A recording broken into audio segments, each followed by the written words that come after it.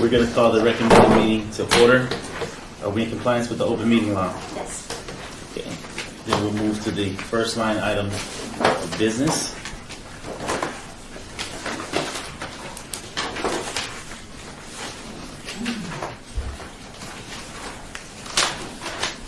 Bill number 2013-51 for possible action establishes licensing requirements and regulations as well as updated zoning regulations pertaining to short-term residential rentals, sponsored by Councilwoman Lois Tarkanian. Staff? Member of the committee, Val Steve, Deputy City Attorney. We can handle this several ways, but I'm going to suggest, if you'd like, that I can talk to you about what we went back to try and do. As you remember, the council sent this back to the recommending committee meeting to see if there was some aspect of it that could be processed as a bill immediately. And then, with your indulgence, I would go through the changes. Each of you should have in front of you both a regular proposed First Amendment and a version that's redlined to show the changes. We tried to make sure that there were plenty of copies out there. I'm not sure if everybody got them, but I'll be working off the redline version if that's okay. We sat down and tried to talk about changes that were within the scope of what was advertised, both from a business impact perspective and from a perspective of what the Planning Commission had processed. Some of the changes that might have been suggested we thought were beyond the scope and would need to come back, if at all, in a subsequent amendment. But we did come up with some that we thought were possible ways to process this ordinance that are within the original scope, and so that's what we drafted here. Would you like me to go through those? Please. Okay, thank you. On the first page, you'll see that we added definitions of daytime and nighttime. The original draft talked about occupancy limits based on overnight stays, and because many of these functions begin late, end early, may not involve an overnight concept, the decision was made to change the focus from overnight to daytime or nighttime. So you'll see that daytime is the period from 9 in the morning to 10 in the evening, and nighttime is the rest, 10 p.m. on one day through 9 a.m. on the next day. And so when we get to the occupancy limits, that's how those will work. There'll be an occupancy limit for daytime and one for nighttime. Also on page 1 on line 23, we just changed the word sleep to sleeping to be consistent with the rest of the ordinance. Page 2, we added an additional requirement on lines 5 and 6 that if someone is going to manage a unit on behalf of another, that person must have both a city and a state license. The state licenses property managers through its real estate division, so there would be a requirement that they have both the state level license and the city level license. On line 22 of page 2, consistent with what I just explained, the change from the concept of overnight to nighttime. Then on page, go ahead. Allow me to stop you there just Sure. for a moment, just so that I can follow you systematically. One, explain the reasoning between changing the overnight to nighttime and also defining what nighttime represents. Okay, let me go back to page 1. Thank you. Because I'm not clear. Yeah, page 1, daytime, 9 a.m. to 10 p.m. on a given day. Nighttime, 10 p.m. on one day to 9 a.m. on the next succeeding day. The original draft talked about overnight. There was no definition of overnight. It could be 1 minute, it could be 10 hours. There was no way for us to be able to enforce that, so the concept was come up with that we will have, and this is all tied to occupancy limits. Okay. We will determine occupancy limits based on whether they're there during daytime hours. You can have more during daytime hours.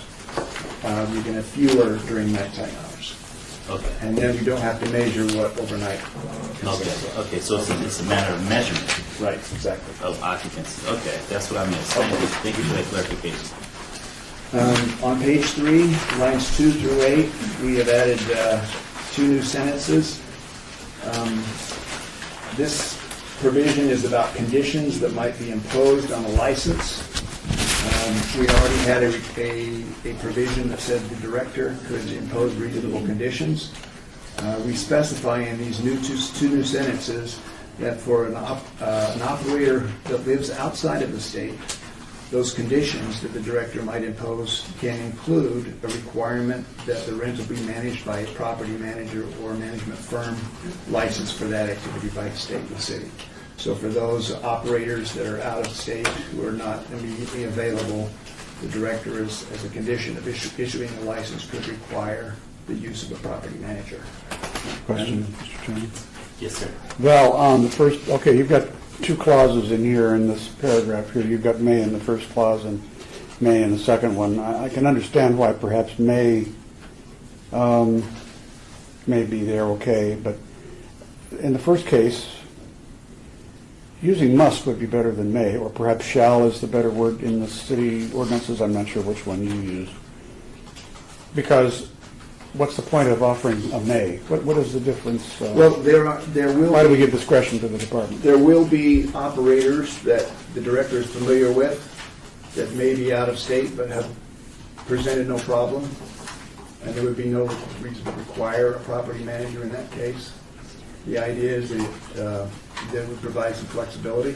The committee is certainly free to recommend that it be must, that everyone has to comply. It was thought that it could be left up to the director's discretion based on history, based on knowledge of the particular applicant.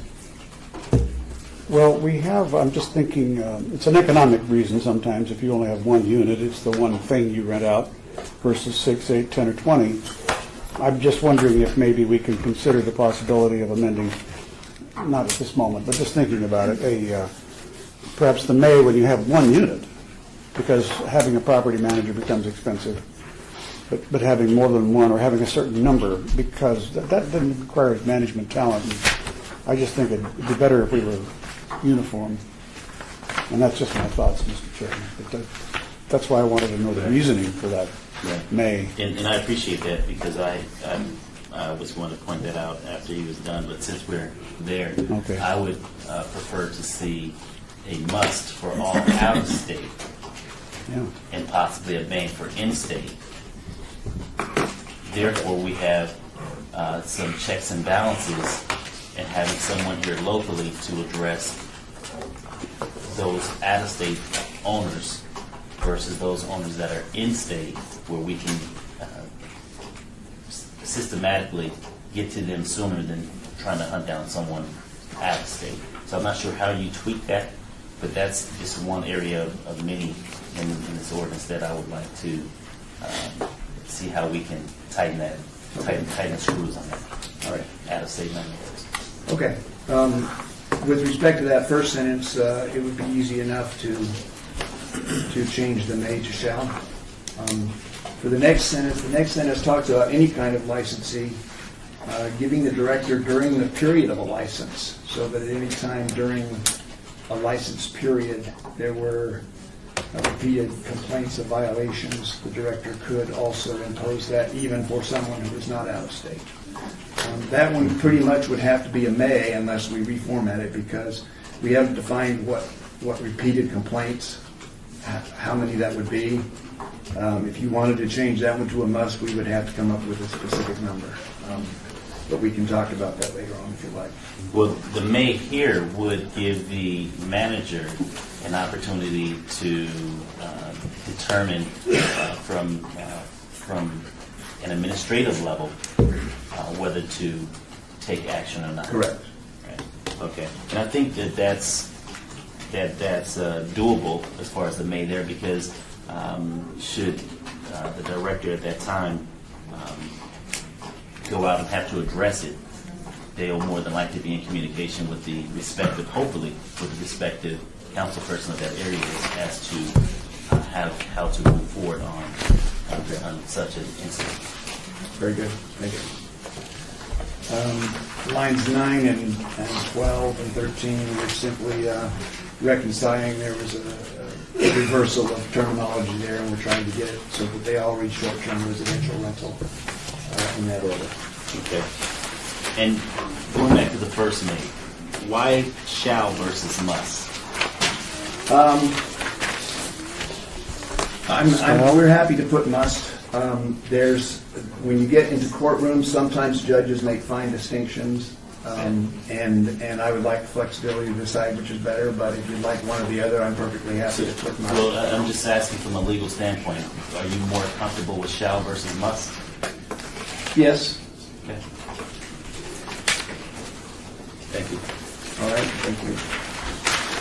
It's a style thing, too. I don't know if you've gone through all the ordinances and tried to change everything. It is a style thing. The Legislative Council Bureau, some years go through and change all the shalls to musts, and then 10 years later they go back and change it back to shall. So that's how it works. Okay. On page 4, the bottom of the page, line 28, again, we're changing the definition, the term overnight to nighttime, consistent with what we talked about earlier. Same at the top of page 5 in a couple of places. In the table, around lines 6 and 7 is where we have retained the same numbers for maximum occupancy. You'll see that instead of measuring by overnight, we do it by nighttime. And you'll see that you can have additional daytime occupants in each case in addition to the nighttime ones. And then the maximum number of people. Okay. Going to page 6, lines 11 through 16, this is brand new language. We had wanted to reinforce the fact that the kind of rentals that the council seemed to be interested in allowing were those that are there for lodging, sleeping, dwelling, as opposed to having events. And even though the definition talks about those three things, lodging, sleeping, and dwelling, we wanted to reinforce that with this provision that indicates that no unit may be rented for the purpose of holding weddings, parties, receptions, or similar events that typically are held at a banquet facility or other facility made available for the holding of events on a commercial basis. And that any additional use of a rental unit is limited to activities that are incidental to the use for dwelling, lodging, and sleeping. Obviously, there's a lot of wiggle room in there. We understand that. Just like when you have guests over at your house, sometimes you have a lot of people at your house, and it creates an impact on the neighborhood. We understand that. We believe that that's incidental to the use of a home for single-family purposes, and the idea here is to indicate that if the major purpose is to hold a party or an event, something that really ought to be somewhere else, that would not be permitted into this ordinance. Line 22, the director under the original draft could suspend or revoke a license for the fourth or subsequent violation within a 24-month period. This advances that to third or subsequent. And then the new language on lines 24 to 26. In addition, the renewal of a license or a new license may be denied if the licensee or applicant has been found guilty of any provision of this chapter or determined to be in violation in connection with a civil proceeding. As you know, we have the ability under our licensing code now to proceed either by criminal prosecution in municipal court or by a civil proceeding in front of a hearing officer, and so this indicates that if a licensee or applicant has been either convicted or found liable in a civil proceeding, a new license or renewal can be denied for violations. That essentially is it. We wanted to make sure that our first hope would have been to get these out to the industry well in advance of this hearing. It didn't work that way. So we understand that many of those who are interested in this are seeing these proposed changes for the first time today.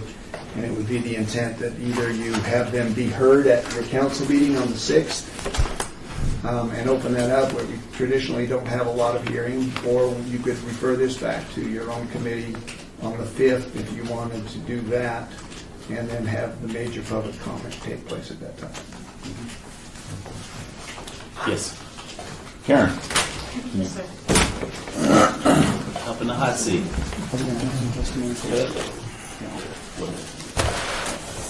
So yesterday in our briefings, it was just kind of casually mentioned about a special use permit for these type of homes. It's not in here, so why I'm not sure if that's a good idea or not, but why don't you talk about it and kind of maybe give us your recommendation, because that might be a good way for us to decide where these are going to be located, based on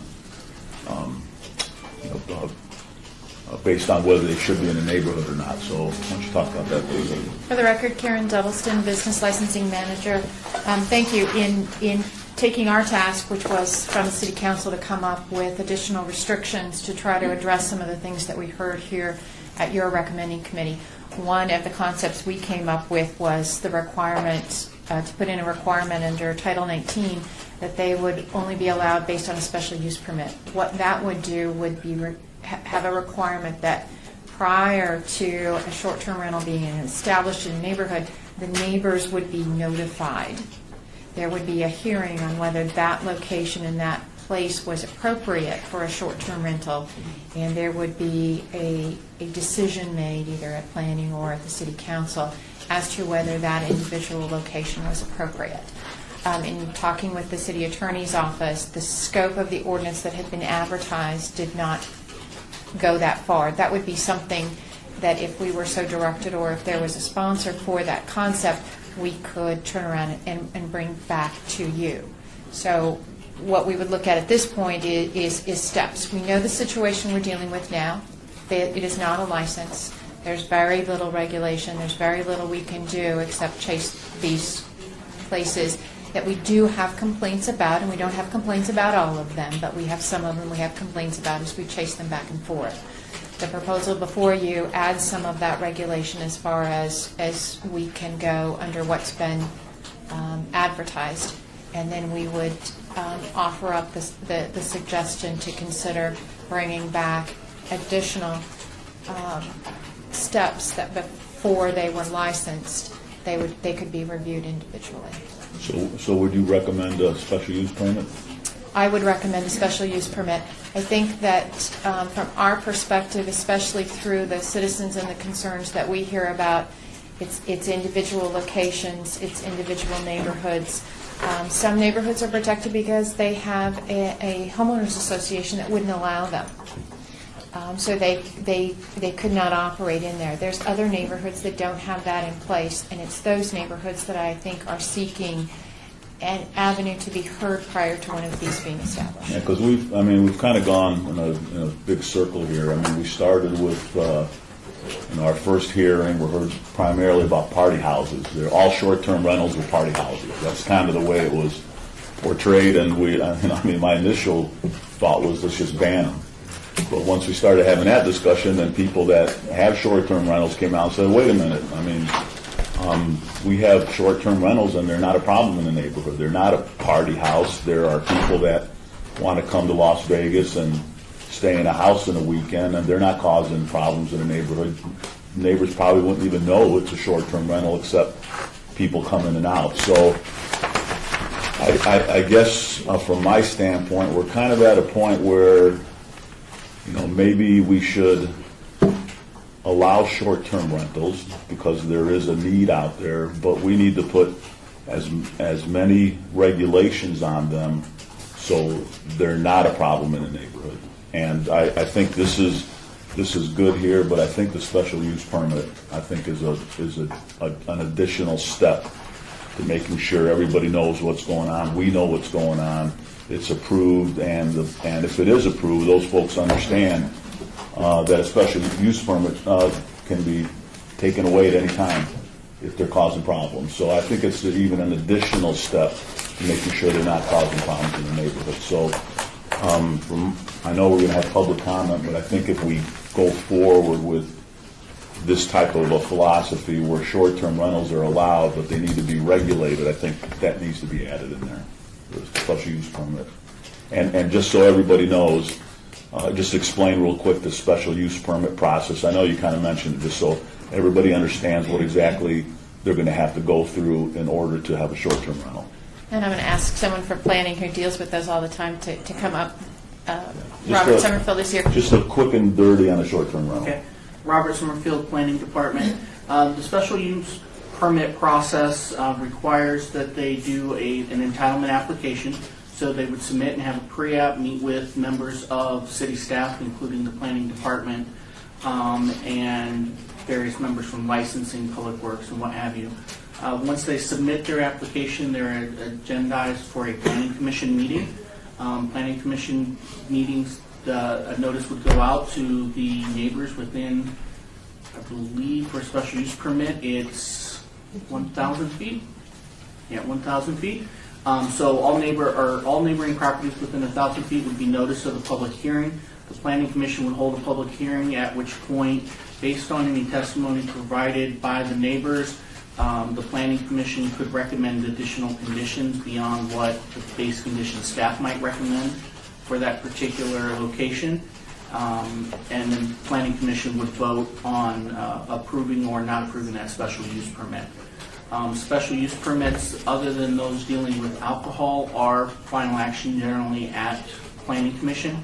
However, if a council person did request to have that item pulled forward to a city council meeting, there is provisions within code to allow the council member to submit that request and have that special use permit heard by the city council, in addition to the planning commission vote. With your permission, and if a special use permit is authorized, how can it be revoked? How can a special use permit? I'm going to forward that one to our city attorney's office, because generally entitlements... I just want everybody here to City council. Yeah, understand. generally entitlements, once they're approved, are there, and they list with the land for as long as that activity continues. But there are provisions for revoking that, turn that back to valid. There's also a review provision. Correct. There's the ability to institute a review. So we do that often with things like billboards, which have traditionally had opportunities for review. So that could be one of the conditions of a special use permit, that the special use permit have a review either before city council or an administrative review in a period of 1 or 3 years or something like that. Do you know how to revoke it? Yes, I do. We haven't done them very often, maybe 1 or 2 times, but it would be an item to agendize to revoke a special use permit. Plenty of notice would need to go out to the special use permit holder, and then they would be entitled to present their case to the council and in effect show cause, like you do on a licensing, show cause why their use permit shouldn't be revoked. And then the city council would vote on whether Yes. it's... Okay, I like all that. I think that's good. Mr. Chairman, Yes, ma'am. if I might, again for the record, Karen Duddleston. I think another one of the items that we had brought forward when we were having this discussion is to make you aware that for civil penalties, we only have civil penalties for Title VI. This would be under Title 19, and one of the concepts that we may want to discuss in that discussion is if you want civil penalties for violations of Title 19, which is the zoning code as well. Now that licensing and planning are one unit, there would be an opportunity there for violations of those special use standards to be civil penalties as well, should you want to entertain that. I'm not sure I follow you there. There are civil penalties in place now, and you want to add additional ones on there? No, there are civil penalties in place only for the business licensing code. Okay. We can only enforce them against business licensing. Okay. So if someone were to violate their SUP, we could not do civil penalties from our perspective, which is the $250 a day. So if you put certain restrictions on them through their SUP,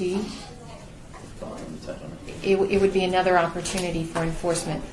The goal of civil penalties is to try to get the business owner to comply with the rules and regulations. What I'm proposing is that you might want to consider those civil penalties to be able to go against Title 19 violations. Okay. Which are the land use, in order to try to get people to comply with the requirements of the SUP that you put on them. Any conditions you might have added. Okay. I have a question. Yes, sir. On that same topic, what is the fee to apply for a special use permit? Special use permit is a public hearing, so it's a $500 application fee, and I believe it is a $300 noticing fee to pay for the postcards that have to go out and the signage that has to be posted on the property and what have you. Okay, Robert. So then, that's the initial application for a special use permit, right? Correct. That's the land use part of it. Uh-huh. There'd be a licensing fee for the license if they were approved for the special use permit. Okay, well, that's understood to be, well, are they paying a fee right now? Karen? They pay fees in two different ways. Right now, you can get a permit just for a weekend, so there's $50 for that. And then there is a annual permit fee. I have to go back and look exactly what that is. Well, is it a very large fee, 2 digits, 3 digits? I believe it's $250. About roughly, okay. Right. So, now then, once the initial application fee is paid, is that the last of the fees for special use permit, unless maybe there's a problem? Correct. That is the only fee, is the application and if noticing fee. Those are the only fees we charge for land use entitlement applications. Okay, that's the last time they'll pay that, except for an annual licensing fee. Correct. Correct. All right, thank you. Pardon? Yes, sir. And room fees. Room tax. Okay.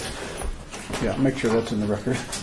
And let it be known for the record that that was our city attorney, Val Steve, for the clarification.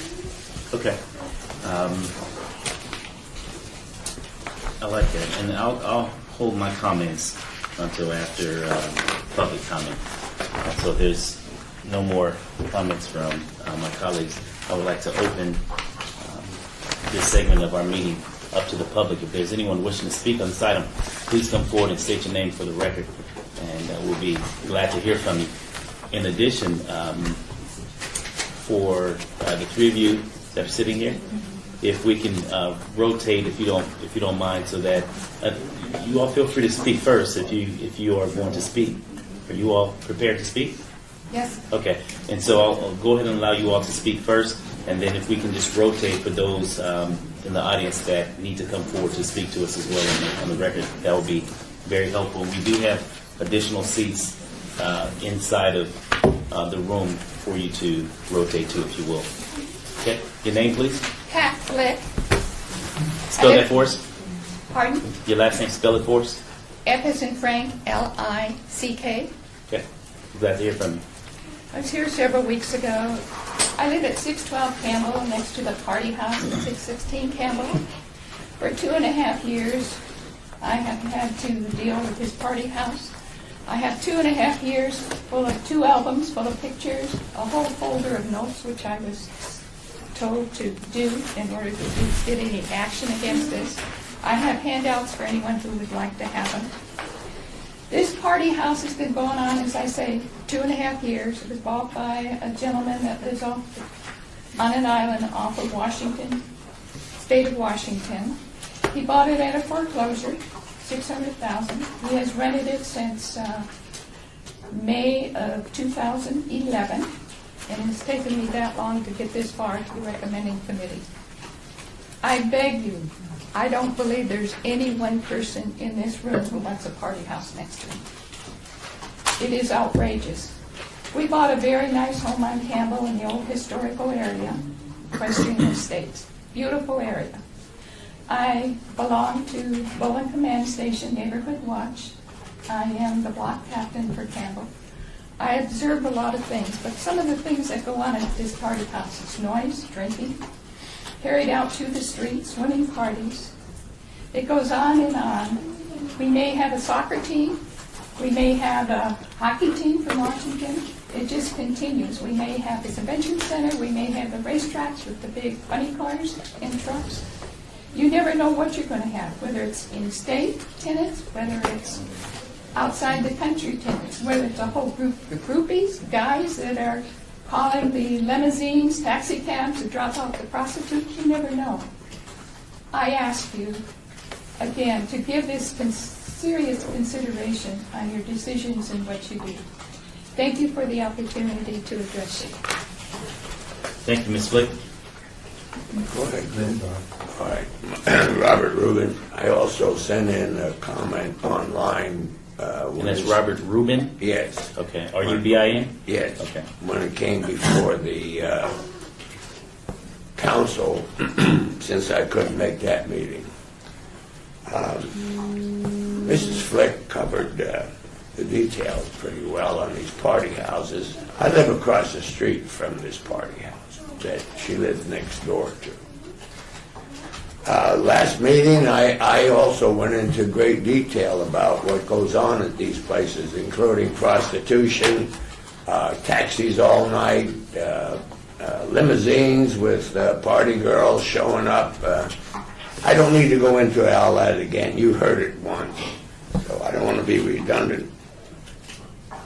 But at the last meeting, everyone pretty much agreed that enforcing all of this stuff in this bill here was impossible. And I think that's what you need to dwell on. I love this addition here on page 6 that defines things. And it says you can't be a party house.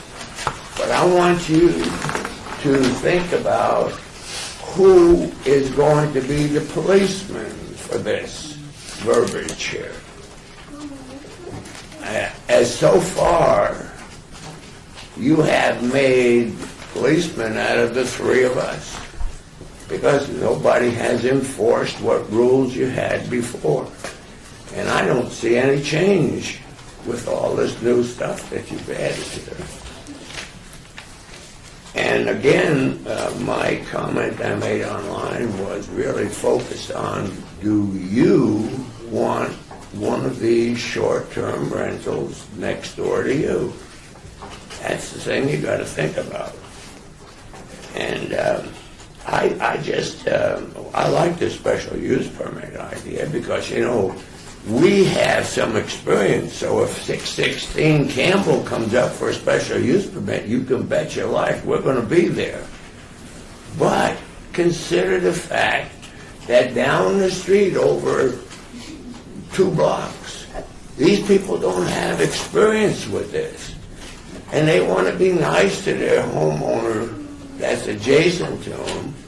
And so they're not going to fight this, but once they get the special use permit and they go through what we have gone through, then you're going to have to go into this revoking situation and then try to enforce all this other stuff, which maybe you want to do it that way. I don't know, but it doesn't make a hell of a lot of sense to me.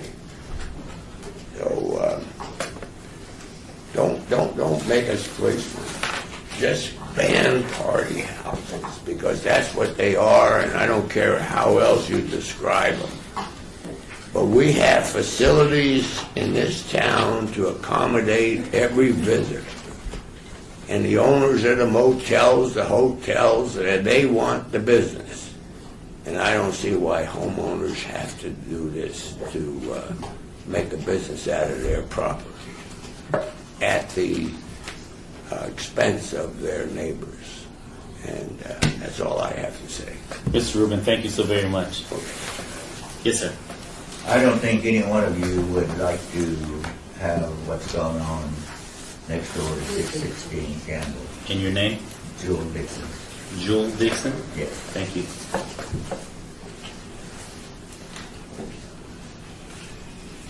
They are a constant problem.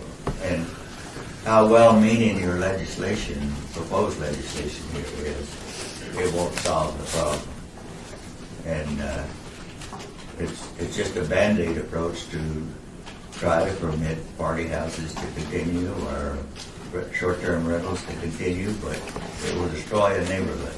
I mean, if this thing continues, the only option I have is to sell and move, and I shouldn't be put in that position. So I don't think any one of you would want to be put in this position. So I implore you to abolish this bill. It's not needed. It's not good for the neighborhoods. You can't regulate it. The police are powerless, and they'll be powerless under this provision. my comment. Mr. Dixon, thank you. Is there anyone else wishing to speak on this item? If so, please come forward and state your name for the record. Michelle Pombo. Spell the last name for me. Pombo. P like Peter. O-M-B-O. I am the broker owner of Las Vegas Turnkey Rentals, formerly Southwest Vacation Rentals. Terminology. A short-term rental is anything under 1 year that does not require a lease. What you're looking at are more the vacation rentals where it's the weekend, a week. My short-term rental company, we do the majority 1 month at a time, trying to stay within. I just jumped ahead of the curve on this. Your problem with all of these regulations and ordinances, there is no way to enforce them. You're trying to stop party houses. We agree with you. Legitimate short-term housing managers 100% back you on trying to get these party houses out of here. They hurt us as well. You have 28, 30 people being stuffed into a 5-bedroom home. You have middle of the night, they're banging on the wrong door because they don't remember where they live because they're so drunk. We agree with you. The root of this is money, guys. It's money. It's always money. Somebody will make the decision to sell drugs or have a grow house in their home because it's money. There is a law, state law. It's a forfeiture law. If you have this kind of activity in your home and there's a conviction or even an arrest, you as a landlord or a manager must take action to get that out of that house and protect your neighborhood. Why don't you look more at, instead of putting legitimate companies out that have real estate licenses, that go and talk to the neighbors, that place families. I mean, I had the vice president of Nevada Power call me. His daughter's baby needed surgery. She needed to be here for 3 weeks. Little 6-month-old baby. It was a 6-month rental. It's a lot different than bringing somebody in, 28 guys, to have a bachelor party. And the hangover hurts us. I mean, it's big publicity. Make a law that has real teeth, that has real bite, because your party house owners don't live here. They could care less. If I can't see it from my house, it doesn't matter. Do a forfeiture law. You know, 3 strikes, you're out. Come up, instead of regulating the heck out of us, the ones that try and protect the industry and do the right thing, we're lumping with these party houses. I get calls all the time. Oh, we just rented a house for $14,000 for a weekend. 28 guys. We're here for my cousin's bachelor party. You know? And the neighbor next door has to put up with sex on the front lawn, the other guy's throwing up on the other neighbor's bushes. I mean, this is the kind of crap that hurts us and our reputations as well. I think you need to look at a serious law. Forfeit the house. This Campbell home has been going on forever. There's one on Pinto. We know where they are. I mean, we know the addresses. We know what goes on there. And yes, there's prostitution. There's drugs. It's sex and rock and roll and whatever. Because the owner is on an island or they live in California. Actually, if you check real estate law, if you have an investment property here that you are going to rent to the general public, you need to have a manager. Real estate license, property management permit, you have to have that manager within 60 miles of that property to take care of emergencies, to take care of complaints. It's a law. Nobody listens to it. You have owners that say, I own this house. It doesn't matter. Nobody can tell me what to do. What you're doing with the use permit is you're giving them permission to have a party house. It's totally opposite from what you want to establish. You need to put some teeth in it. I helped write the language with Morse Arbery years ago for that drug forfeiture law. It's strong, and it works, and it gives managers power. When we sat with Brad Jervik, I don't know how many years ago it was, to try and structure something that we could all live with, we still had party houses. They're worse now than they were before because you have national advertising. Let's go have a hangover in Las Vegas. So I would volunteer my time and my knowledge to try and help this, but in the first place, your terminology is just wrong. It's not short-term housing specifically. It's party houses. If I could ask a question, witness. Yes, sir. Okay, thank you. If I may, thank you, Ms. Pombo. Ms. Pombo, yes. You have units out in the county as well? I have county and city. I jumped ahead of the curve. When it I true- started 30 years ago, I'm the one that started this, guys, but 30 years ago, there weren't these types of laws or Is it true that in the regulations. county, that the county does not regulate, they do not permit? It's 31 days. Do they permit party houses in the county? Nobody permits party houses. Party houses happen. Okay, so this is a attempt to regulate what could happen as opposed to, since it sounds like they happen in the county as well, Oh my where God. they have a prohibition, Yes. that it could be that just a simple prohibition doesn't really do the job. There's a $1.5 million home that is a weekend party home. Well, I'm just trying to get It's in an the answer on county. this. So the prohibition of the county doesn't seem to have stopped the party houses in the county. No. Okay, so a different approach perhaps other than simple prohibition, but regulation might work. Since prohibition doesn't, I I mean, think the idea we- of not having them, Yeah, What but do you like here? I think we need to, instead of skirting around it and calling it everything else, you need to call it a party house law, a party house rule. This is what you can't do here in our residential neighborhoods.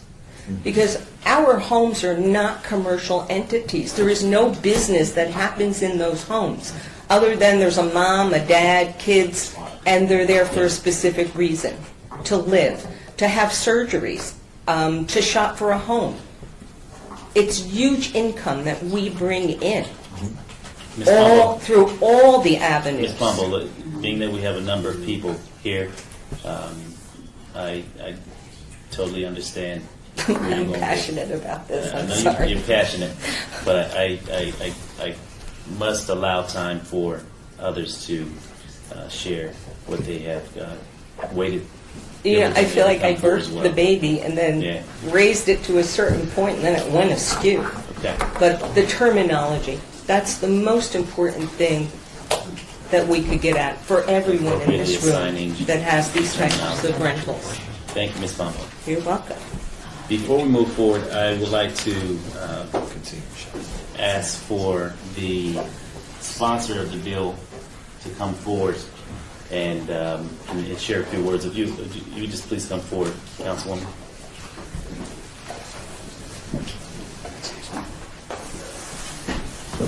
Lois Tarkanian, Councilwoman for Ward 1. I've been on this for over 4 years, and we have tried to stop it, and we have not stopped it. And the truth of the matter is, the county, which has outlawed it, has not stopped it. It's still there in the county. So just outlawing it will not do it. What the previous lady said is absolutely accurate, and that is enforcement. It has to be enforcement. And how are you going Could to I enforce it? interrupt? Councilwoman. If you're going to be speaking, we need to have one of the members of the panel outside the room, because we can't have four of you in participating. I only have a couple minutes because I have to go to another meeting. No, Councilman, if you don't mind. Frankly, I think we ought to test that. Right. I'm going to leave anyway right now. No. I have to leave. I do have to leave. Go ahead and finish. Okay. The councilman step out just for a moment. I just wanted to say the key is enforcement, because what has been said about they're in California, they're on an island, they don't care. And there are some good people who are doing this. But if we can't figure a way to enforce it, and rather than giving them 3 nights or 3 chances, I'd give them 2. And the third time, that's it. And I'd have the heaviest fine we could do. I'd go to Title 19, and I'd make it so we can have civil penalties, and I'd fine them as heavy as we could. Or if you can forfeit the house, I'd say forfeit the house. Whatever you can do. But that's the key to the whole thing. I've been through this so long with so many different people. That's the key. Thank you very much. Thank you. Yes, sir. Good morning. My name is John Palmer. I am here to represent my company and our market, our industry. We've been in this business for a decade now, and marketing short-term vacation rentals in Las Vegas since 2004. In that time, this is my second visit in front of the Las Vegas City Council, defending myself against activities I have nothing to do with. My partner and I run a legitimate business. We put a good face forward for Las Vegas to a $25 billion industry that's growing exponentially. And that is people wanting to stay in homes instead of hotels for one reason or another. I feel a great deal of compassion for the people who are living next door to these party homes. I want you to know that I wouldn't like it either. I'm not here to argue that those should be allowed in any way, and that's not the kind of activity that we're involved with. We're very much against it, as much against it as the people who are experiencing it. But at the same time, it is not what we do. And we are thrown into the mix, as guilt by association, as if short-term rental automatically equals party home. It does not. It is not the same thing. The people that we market our homes to are vacationers, they're families, they're business people coming here to do business. They want to be in a home for one reason or another. They need privacy, they need whatever. The hotel is not the ideal solution for that. The other thing I wanted to say is, by and large, we support the changes here. I do agree with what Lois said and what other people have said here this morning, that enforcement is the problem. I think that there should be an ordinance that has teeth in it, that not only guides the operators or the owners towards the right kind of activity, but makes the penalty strong and clear for not doing the right activity, for appropriate activities. Our point of view as operators is we try to be conducive with the neighborhood culture. Our homes are the finest looking homes on the block. They have to be. For the most time, they're empty. There's nothing going on in the homes at all. We maintain a good relationship with the neighbors. We don't have complaints. No one is calling us complaining about anything. We ask that you make these laws and vote with that in mind. There is a legitimate business here. There's a legitimate market. People will come here with the expectation to stay in a home, whether or not you ban it, whether or not you regulate it well. Any tourist destination in the world, especially in the United States, from Orlando to Hawaii, this is going on. And it's not because somebody like Michelle thought it was a good idea. It's because the customers are asking for it. They expect it. But that's who we represent, and we represent Las Vegas well. Thank you very much. Thank you, Mr. Palmer. My name is Cheryl Wayne, and I'm not with the company. My husband and I have a local company, Wholesale Electronics, completely out of the industry. But we, being self-employed, we invested our money in real estate for our retirement fund because we don't have a pension and such. So we bought some rental properties, which are mostly all long-term rentals. With the market the way it's been, the economy drops down. We have beautiful homes that we can't get rent for because a lot of people came in and bought cash homes, rent them out for less than the rents they're going for, and we can't, keep the mortgage. So you have your option to figure out what are you going to do. You're going to do the short-term, short sell it, you're going to foreclose on it, or how are you going to make money on a rental? So we opted to turn one into a vacation rental because we've been using them for years. Our children, I have 2 kids, my husband, we've been vacationing in vacation rentals for 15 years. You go to a neighborhood community, you stay in a 3-bedroom, 2-bath house, your kids have their rooms. I can get up in the morning, have coffee, we can cook dinner at home, and go do the touristy stuff during the day. That's who we're renting to. I printed out for you if you want to have it, the people that are inquiring, because they tell you why they're coming. And through the sites, they'll tell you they're coming for surgery, they're coming as snowbirds, they're coming for a show, they're coming for a convention. It's a 2-bedroom, 2-bath house. It's not a party house. Again, because we've been using them for so long, I can tell you, I don't know about party houses as much as when I hear it, I've heard of them, but they're a rarity. The vacation renters don't, I think for me, when I think of a party house, if I'm going to come to Vegas, I'm certainly going to stay in the Strip. I'm not going to stay in a residential area in Centennial Hills. So I want there to be this distinction between a party house and a rental house because, again, I'm not a partier. I'm a business person. I'm a responsible person. We have kids. We stay in vacation rental homes. The other thing the hotels don't allow is a family that has 2.5 kids or more can't stay in one hotel room. They're required to get separate rooms. So mom gets to stay in one room, dad gets to stay in the other. It's not a great family thing for our community. Our family, families stay in small homes. They can have their kids swim in the swimming pool. They can watch a movie together. They can have meals together. So I just want there to be that separate distinction between what they are. As far as the licensing goes, I got to tell you, as a business person, I'm pretty astute, and I can't figure out all the licensing requirements. It's not publicly posted very well. You call people, they don't know the answers. I would encourage you to put something, when you do come up with something, make it real clear so people understand what they're supposed to do. As a long-term landlord, I don't have those regulations to live by. I pay my taxes on my income. But on a short term, it's very difficult to find out what you're supposed to have to do to comply. I want to comply. I want to know how to do it. And I had a compliance officer contact me. And she said she doesn't know the law. She just can tell me she's enforcing it, that I just need to either Google it or call the city hall business license. They should be able to figure it out. That's not appropriate. That's really all I have to say. I just want to encourage you. I like the bill. I like the changes you've made to it. And I would suggest on the special use permit, the only thing I can say about that is it's going to bring attention to an issue. And you're going to have these houses that are vacant most of the time broken into and such if it's on public, blast that this is an empty vacation house that's furnished. I would say look at that closely before you make a special permit and put it out there for everybody to see. Licensing, I totally agree. Thank you, Ms. Wayne. How are you? Fine, thanks. My name is Dr. Anthony Summer, and my family trust owns 17 rental properties in Las Vegas, including county and city, which my wife and I manage. We currently offer homes for a minimum of 30 nights. And in general, we do not offer homes for less than 30 days. However, we have occasional requests from folks who want to rent for less than 30 days. My overall comment is that I don't think I've ever seen a better example of a few bad apples creating a terrible situation for a bunch of good apples. And I certainly have great compassion for the folks who live next door to party houses. I think it's a horrible situation. I've spoken to some of these individuals, and I spoke at the last City Council meeting. I agree totally with Michelle Pombo's statements today that we need to define what we are trying to target. We're trying to target the term party houses.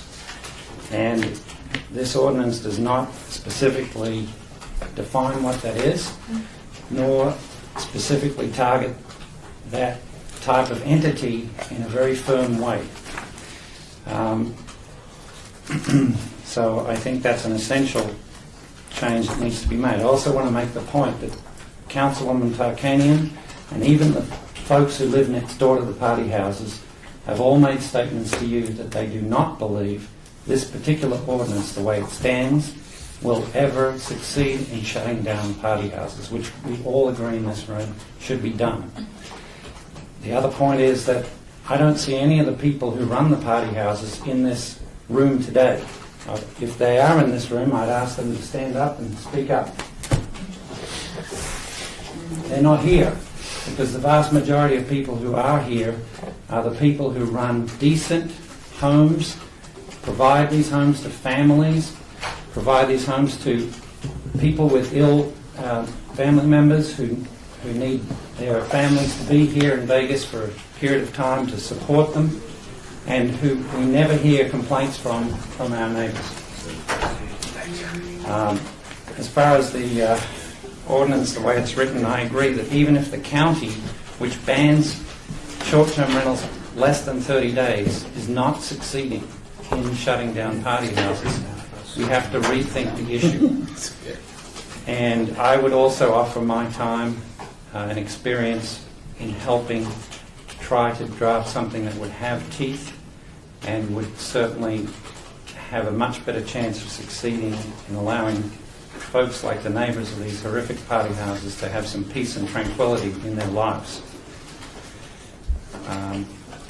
But again, I don't think, as far as the special use permit, I am against that, because what I think is present, all of the people in this room understand what a short-term rental is, but many neighbors have no idea. And if you approach a neighbor and say, hey, I'm going to have a short-term rental next to you, would you support me? The first thought that goes through their head is, oh, this could end up like a party house.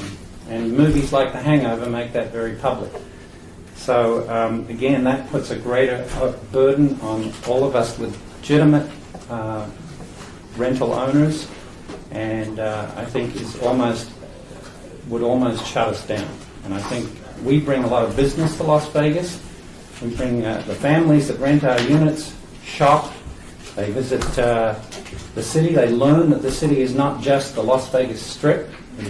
We have some wonderful residential neighborhoods throughout the town, and we do a lot of good for this city. And I think to hurt us because of a few bad apples is the wrong approach.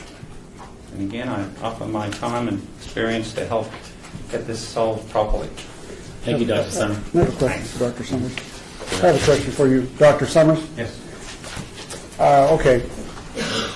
Thank you for your testimony today and the last time. What part of this bill hurts you? What part of this bill hurts me? Well, what it does is it essentially creates a situation where I need to now, well, this bill doesn't include the special use permit that I was referring to. This bill in and of itself, I'm not against the principle of this bill. If this were your offer as an attempt to solve the problem, I would say, okay, I'll go ahead with this bill. I'm not against it and the principles within it. But I don't think you're going to then have less complaints about party houses. Now, if the Councilwoman Tarkanian mentioned having stiffer fines, I'm for that. A lot of this, as Michelle Pombo said, is about money. If you start, and certainly the fear of imprisonment would be something that someone who owns a party house is sitting on an island in California is going to worry about. He may get a visit by some police, but that's the kind of enforcement that needs to be added. What I was going to say then, Mr. Summers, you answered my question, which was it isn't the bill, but it may be the money, the special use permit fee of $800 one time. That's probably what it's about, your opposition. Oh, it's the time, too. There's a lot of time involved in the attendance of these meetings. For all the people you see at today's meeting, that we bring, we actually have some of our staff members came today to show that we're employing people in Las Vegas. We have handymen. Mr. Summers, I just want to try to keep moving through here. Sure. The question is what you need to know is that special use permits are our main enforcement mechanism, that in fact they are very effective because they are something someone does not want to lose. Period. Mm-hmm. They do not. And there's no point in going criminal on something that should be civil, you see. Anyway, it's all about money, and keeping your SCP is a very important thing to a person. It really works. Thank you.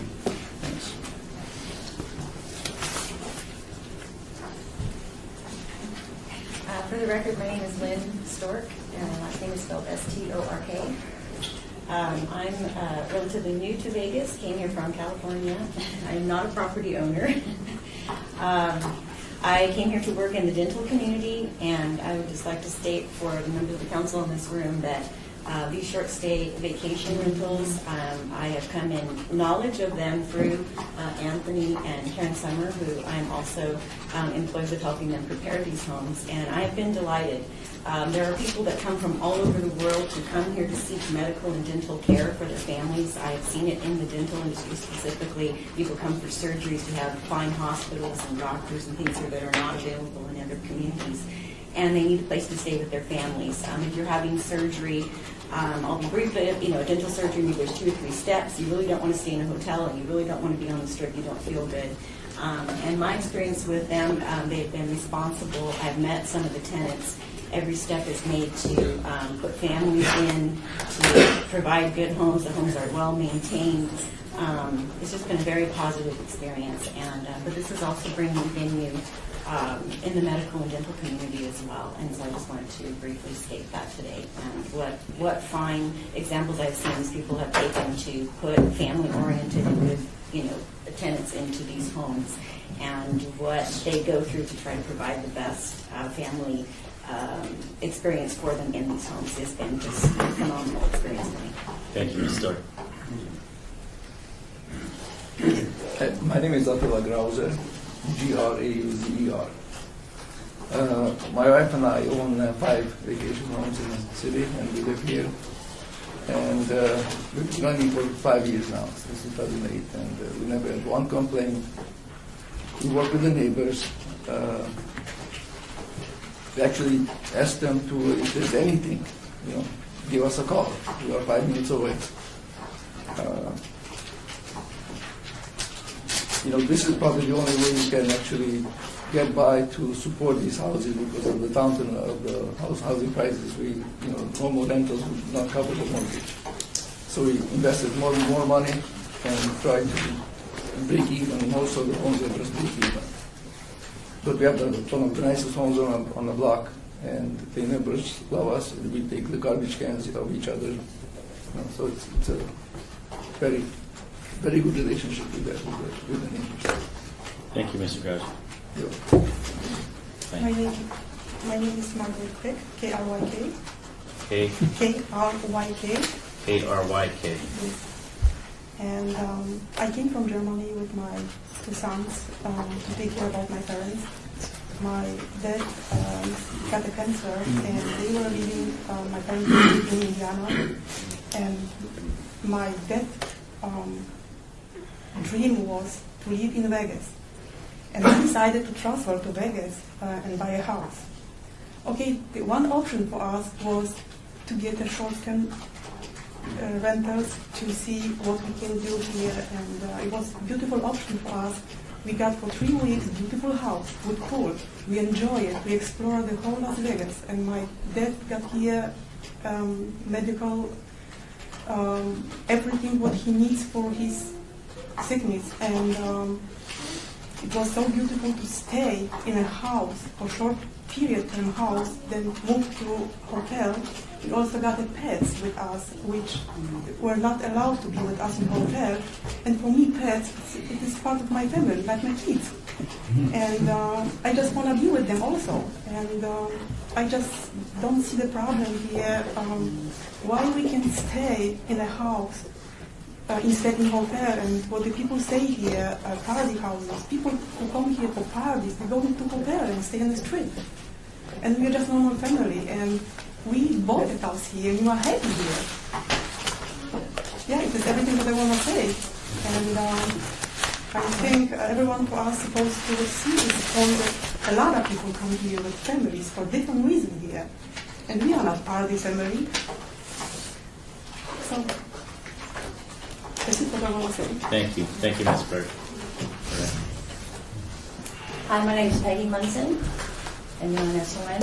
I was born and raised in this town in Las Vegas. Grew up in North Las Vegas. I just retired from the Arson Bomb Squad after 23 years.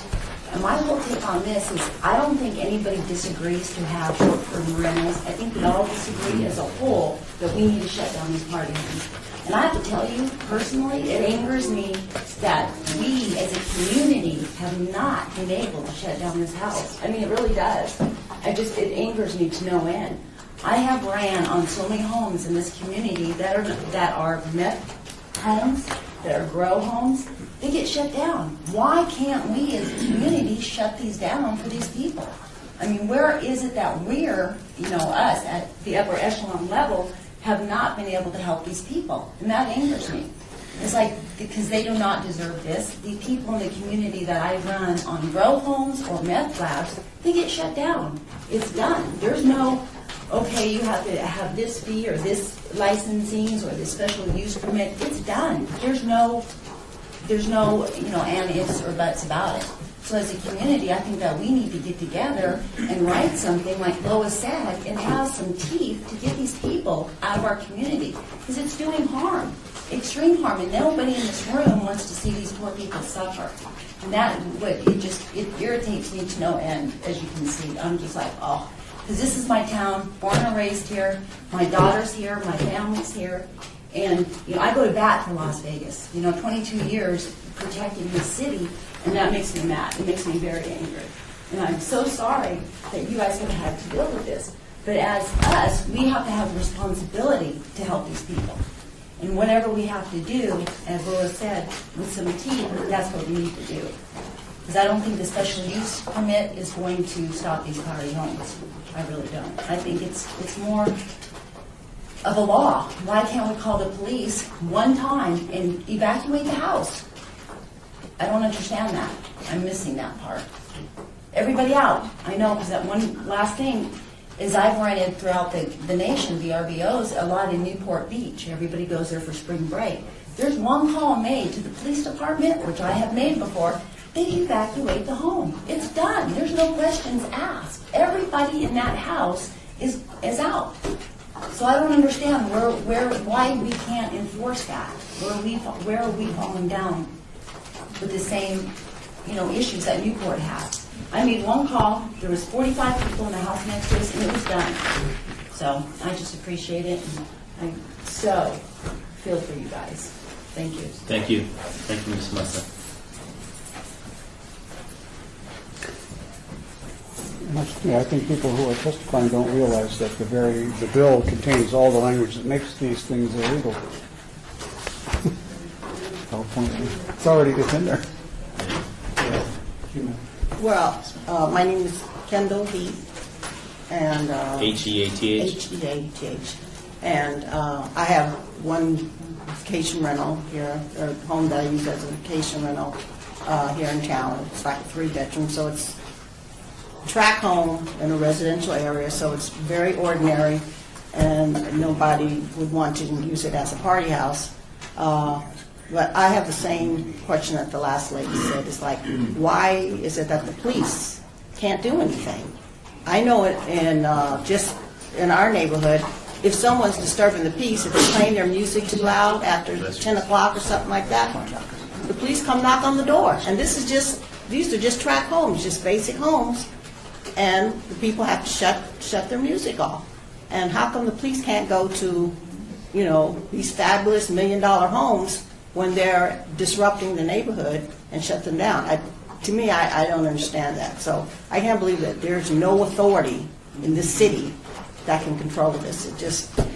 It just boggles me when people get arrested for the least little minute things, and we know that we have a problem here, but nobody can touch it. To me, it sounds like, I don't know, somebody's getting paid off or something, to look the other way.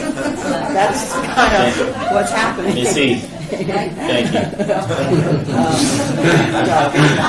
But I did have another thing, and I just made a list of all the things of types of people who have rented my home, and it's kind of like what everybody said, but I just wanted to, since I went through this, I just wanted, like, the uses that people use. That I've had people come a lot, family reunions, they come here, and sometimes be 2, 3 generations will come, grandkids, the parents, and then the grandparents will all want to stay together in a home for that, family effect, weddings, anniversaries.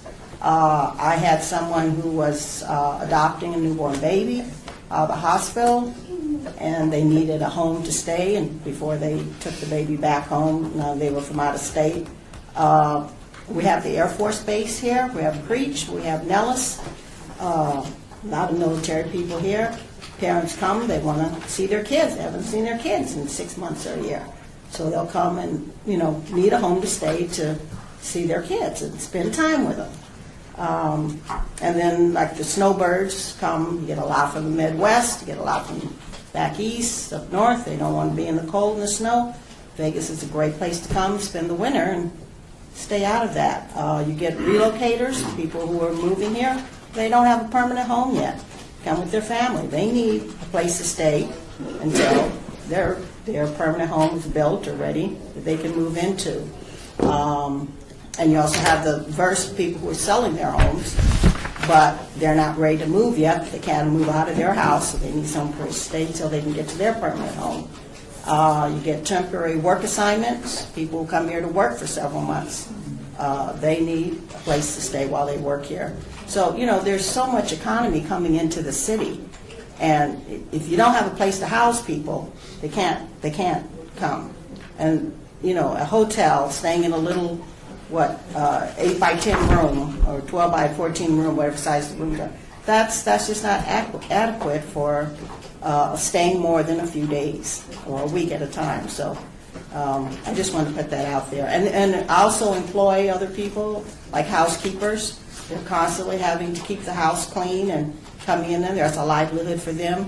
The gardeners are constantly coming in and taking care of the yard. You have handymen who need to fix things. So, it's a whole industry. And we really need to protect the 99% of people who are making honest business out of this to maintain homes, to keep people employed, and, the 1% who are bringing us all down, that's what we really have to address. Like the other fellow said, they're not here because they can give a hoot. They don't care. You can make all your little laws and amendments that you want to do. They're going to keep doing what they want to do. It's us who are already abiding by the laws and keeping everything as it should be that are here and trying to follow things. So those are the people we have to get. Thank you, Ms. E. Okay. Hi, my name is Kenneth Grooms. I just have 3 points. What's your last name? Grooms, Grooms. But I also work for a company, and I can tell you, like among my first impression, they spend day and night, 7 days a week, trying to make their business work, trying to get the right people in there. These homes are not like commercial businesses. And C, I like your ordinance and what I've said, but I've asked with anything, there's so much language in there. It's of a way for people to maybe try to get around it. What I think should happen is you have fines over 1, 2, 3, or 4 that start to double for a person where the police go and actually file like a complaint that there was a party going on, and then like it's reported back to you, and then they get fined, and then on the 3rd, 4th, 5th time, then whatever has to happen, the most hardest thing to happen to them has to happen. It's a very strict yes or no situation. Thank you. Thank you. Thank you, Mr. Grooms.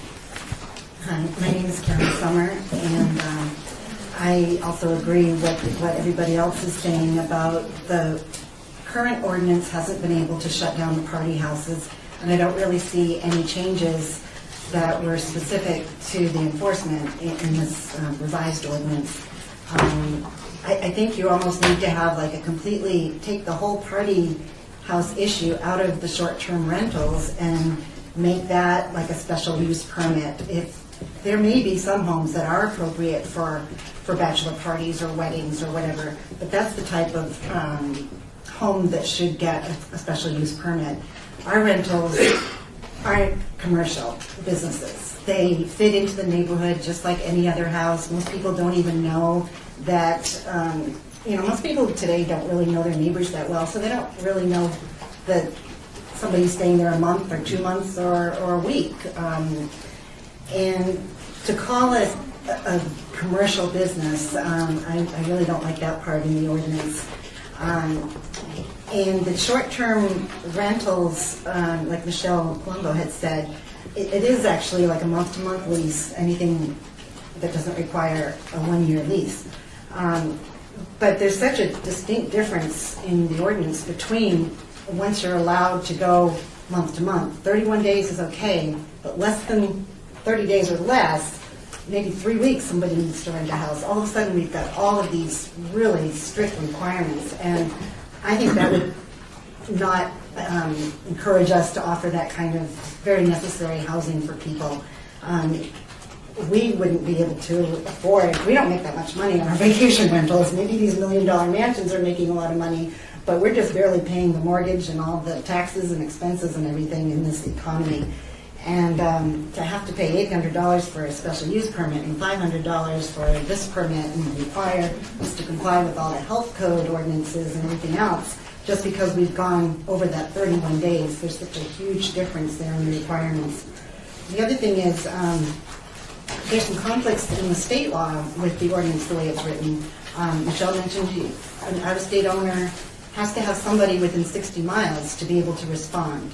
So this doesn't really address that. And also, where you're requiring either an owner or a property manager, the state law says that property manager requirements, there's a section that says who's exempt from having to be a licensed property manager. And that is an owner or a lessor of property. So if somebody leases property, they don't need a property manager's license, but according to your rules, they would. And that's just a conflict with the state law. The other thing is, all major cities in the United States and the world actually offer vacation rentals. You go on the website called VRBO, it's Vacation Rentals by Owner. There's 535 listed right now in the city of Las Vegas, which of course includes the county. But for us to not allow that would be almost embarrassing, because, like I said, every major city allows it. And somehow they're able to moderate it and enforce rules, but yet, the best place to come for a vacation doesn't allow it. That would be awkward. Like I said, there's a lot of people that don't have licenses right now because they didn't know that there was even such an ordinance, but you take away 534 listings out of VRBO, and a lot of people aren't going to know what to do because they like to vacation in their type of residential environment. Thank you. Thank you, Ms. Summer. Yes, sir. Richard Clipper. Spell the last name? Clipper, K-L-I-P-P-E-R. K-L-I-P-P-E-R. Yes, sir. Just want to say, basically, we're all saying the same thing. And as human beings, we don't ever talk about the good things that are happening, basically. I'll give you an example. Planes fly every day, thousands and thousands of planes. It's only when one crashes does it make the national news. Party houses is the plane crash. It's what's hurting our business. It's what's hurting everybody. If we can eliminate them, maybe I'm just a simple person, but I think it's very easy. Give them 1 or 2 fines, and on the 3rd time, shut them down. On the 4th time, if they open it back up, you figure out a way to put them in jail or something. Make it very, very serious. Don't give them some little baby fines like $1,000, $2,000.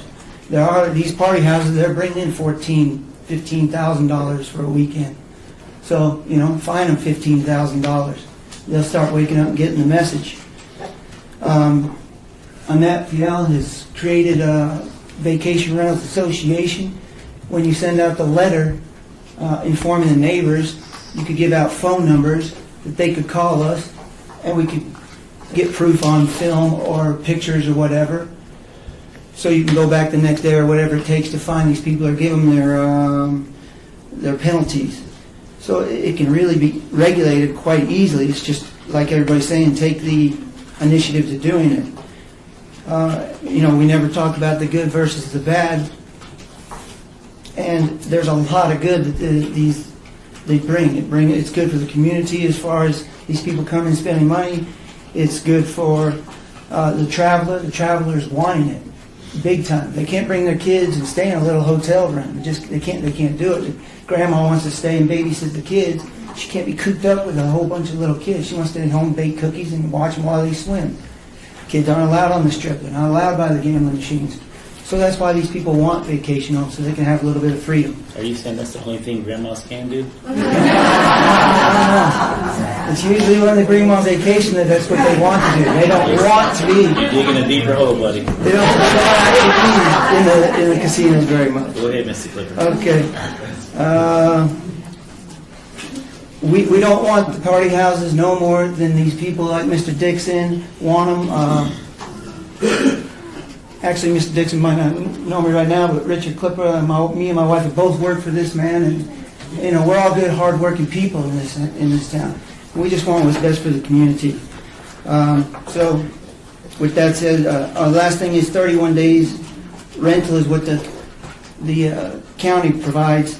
That's just kind of absurd. People just don't come here on vacation for 31 days. They come for 3 days, 6 days to a week.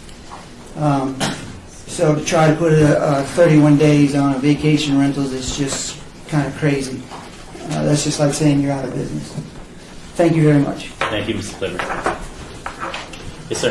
My name is Robert Fox, and I would like to address the special use permit issue. I think to require that is going to hurt legitimate vacation rental owners. First, the permit cost is very expensive. And secondly, as was brought up earlier, when people hear vacation rental or short-term rental, they immediately think party house. So the neighbors are naturally going to be against that because of so much publicity that the party houses have gotten. So I think by requiring a special use permit, you're going to essentially shut down the legitimate vacation rental owners. So that's all I had to say. Thank you. Thank you, Mr. Fox. Is there anyone else wishing to speak on this item? If so, please come forward and state your name for the record. My turn? Yes, sir. And you'll be the last one before I Tom close the Farlow, comment. 240 North 19th Street, Farlow. In the current issue of Vanity Fair magazine, it has the 100 up-and-coming billionaires. And one of the persons has a deal where by your cell phone you can rent somebody's house and you can re-combo the locks on your cell phone. I mean, it's a new issue that's going to come up, and I don't know how you're going to address that. As far as the party houses, I think everybody's in agreement, that nobody wants these things near him. But I'll bring the current issue of Vanity Fair. The other thing is coming to enforcement. Say that they rent the party house over the weekend. You've got Friday, Saturday, and Sunday night where nobody's going to get any sleep next to them. And then you address the issue on Monday morning. That's too late. That's too late. We have no code enforcement that works at night or over the weekends. So if we're going to have this, we're going to have some, however you're going to do it, whether you tax the rental houses or that, you're going to have some way of getting income to hire some code enforcement officers to be available to answer any grievance that comes up. Thank you very much. Thank you, sir. And public comment is closed at this time. I really want to thank you all for coming out and sharing your thoughts on the record as it relates to the party home versus the vacation home versus the rental property, going back to the definitions that I believe Ms. Pombo brought forward. I would like to say this as we now go into deliberation as a board here. The first question that I have is how do we eliminate party houses? That's one thumbtack. And the second thumbtack of a question I have is enforcement. How do we enforce those homes, whether it be a party home or vacation rental property or a weekend getaway or even a staycation? How do we regulate that from an enforcement standpoint? And that's another thumbtack of the question that we need to really take into consideration. There was a lot of thoughts that came forward in relation to our forfeiture laws. Some may say that's too egregious, and some may say that it's not egregious enough to protect your interests and your financial investment. How will this new ordinance be enforced? Are we just spinning our wheels because everyone that have come forward has stated that this is good ordinance, good, great start. However, once again, how do we enforce it? Is it enforceable? Going back to Mr. Farlow's point, Karen, a question came up. Have you shared your latest thoughts and ideas with the sponsor of the ordinance as far as what you brought forward as far as your recommendations? Have you been in communication with the councilwoman in regards to your thoughts and ideas? I've been in contact with her office. I've not had a chance to speak with her in detail. Okay. Another question that came out of the conversation was, will there be a distance separation between the vacation homes, the party home, and I'm just listing them all, if you will, for the sake of all of the definitions that we have here as it relates to rental properties. Has there been a discussion or a thought of distance separation? In distance separation, you mean location, how many can be within a certain area? How many can be within a square area? That would be an issue that would have to be taken up through land use.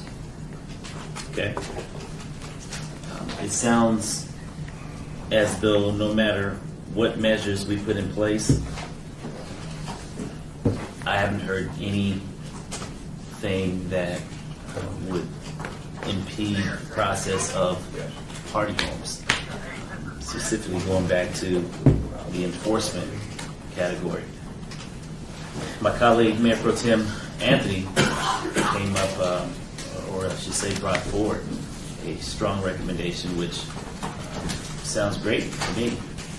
The special use permit. And thank you for breaking that out for everyone as far as the entitlement application process and having to move then to the Planning Commission and possibly final action at the Planning Commission, if not forwarded to the City Council as far as the process of how one would go through receiving a special use permit. But then there's thoughts that came back as it relates to, I believe it was Mr. Summers, Dr. Summers, that stated that a few bad apples, affected the entire bushel of good apples. And others brought forward the impact of the application fee to include the notification fee on top of the additional fees that you already have to run your facilities.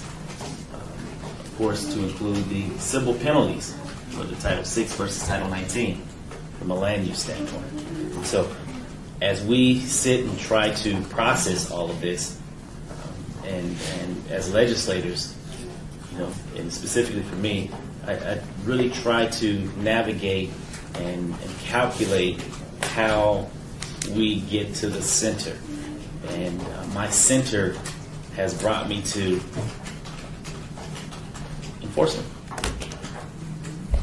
As we put all of this language together, and Val and your entire team, the city attorneys and Karen, you and your team, supported by the city management, we can put a lot of language in here that will make everyone take a haircut, right?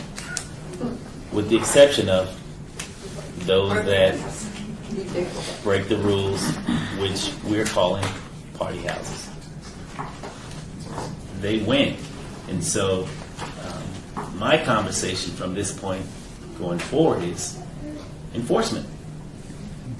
How do we enforce this? You going to take a stab at it? I will be glad Okay. to try. Name for the record. Name for the record, Karen Duddleson, Business Licensing Manager. We do have enforcement challenges. You all know that as painfully as I do. In that we are limited not only with the number of people, but the actions that those officers can take. Because they are not police officers, they are not post-certified. They have challenges when they are asked to enter private spaces. We also have challenges in what someone on their own property can do. A lot of these places, we don't know when you get a complaint whether, if they're not licensed or permitted, we don't know if it's someone's private home, and neither does Metro, or if it's a rental. We have very few of these.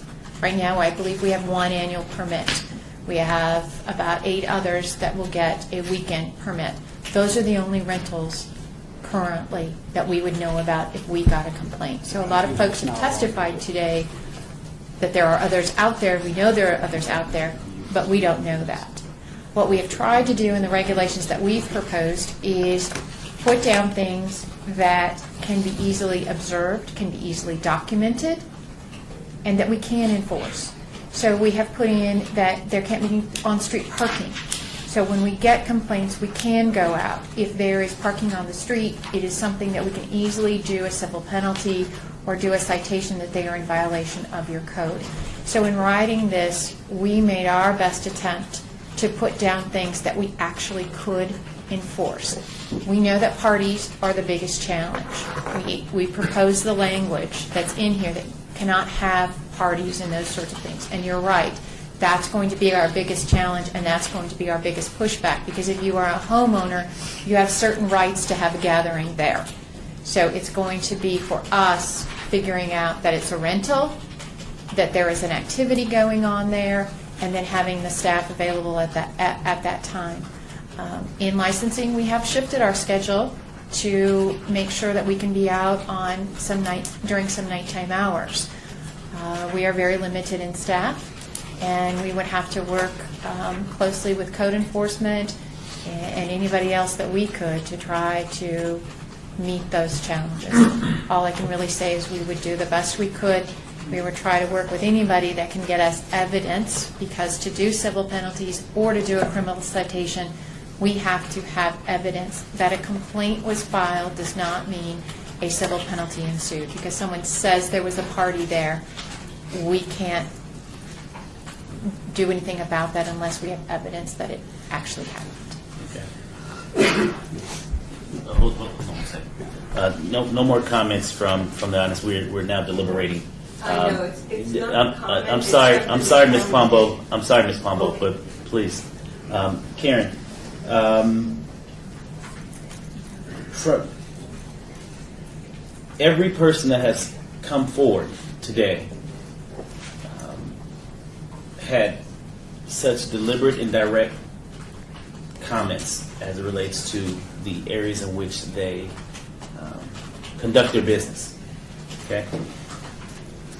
And each one of them have stated that to some great extent enforcement was needed. I heard it from everyone. You can hear it in their commentary, that enforcement. So as we try to figure this out, because we don't want to put anyone out of business. We're in the business of assisting business. We want more business. But we can't afford to allow our brand and the brand that you all help support, the Las Vegas brand, because should we taint that brand, you go out of business along with it, because no one's calling you. No one's coming to Vegas. So we all have a responsibility to support the brand of Las Vegas. And in order for us to do that, we must put attainable, measurable goals in place to do that. And what I'm thinking, as all of those who have come before us today, came before this body, is what the conversation we had, Councilman, when we were talking about teens coming into bars. Remember at a couple, 3 recommending meetings ago, we were talking about signage. Signage, what was it? Signage in the bars? And I believe you had a lot to say about that. As far as when, was it the strip clubs? Which one was it? You all had a great deliberation in regards to inside the bars. Signage inside the bars behind the bar. What was that? Prostitution or something? Something about prostitution. Oh yeah, prostitution or something. We get a lot of bills that come before us, but you all had a great suggestion in regards to so many signs being behind the bar, which leads me to the reason why I bring that forward is it brings me to the signs that we have in our communities, whether it be ADT in the window or your security stickers or signs in the yard. Maybe there's a way for us to have signs in the yards that reflect, this is a rental property, right? A vacation home, which can guide, from an enforcement standpoint, who's licensed to conduct business at this location, which will help to differentiate those homes that don't have the appropriate tag for us to identify versus those that don't.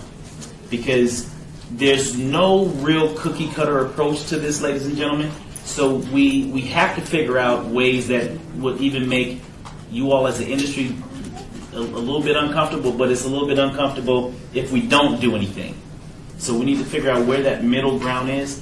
And so from a sticker standpoint, a signage standpoint, trying to put the teeth that these folks are looking for into an ordinance that can help us really regulate and drive home the premise of separating those of you who are conducting good business versus those that are just out making money and wreaking havoc over an industry that are doing their very best to remain afloat and keep that brand protected.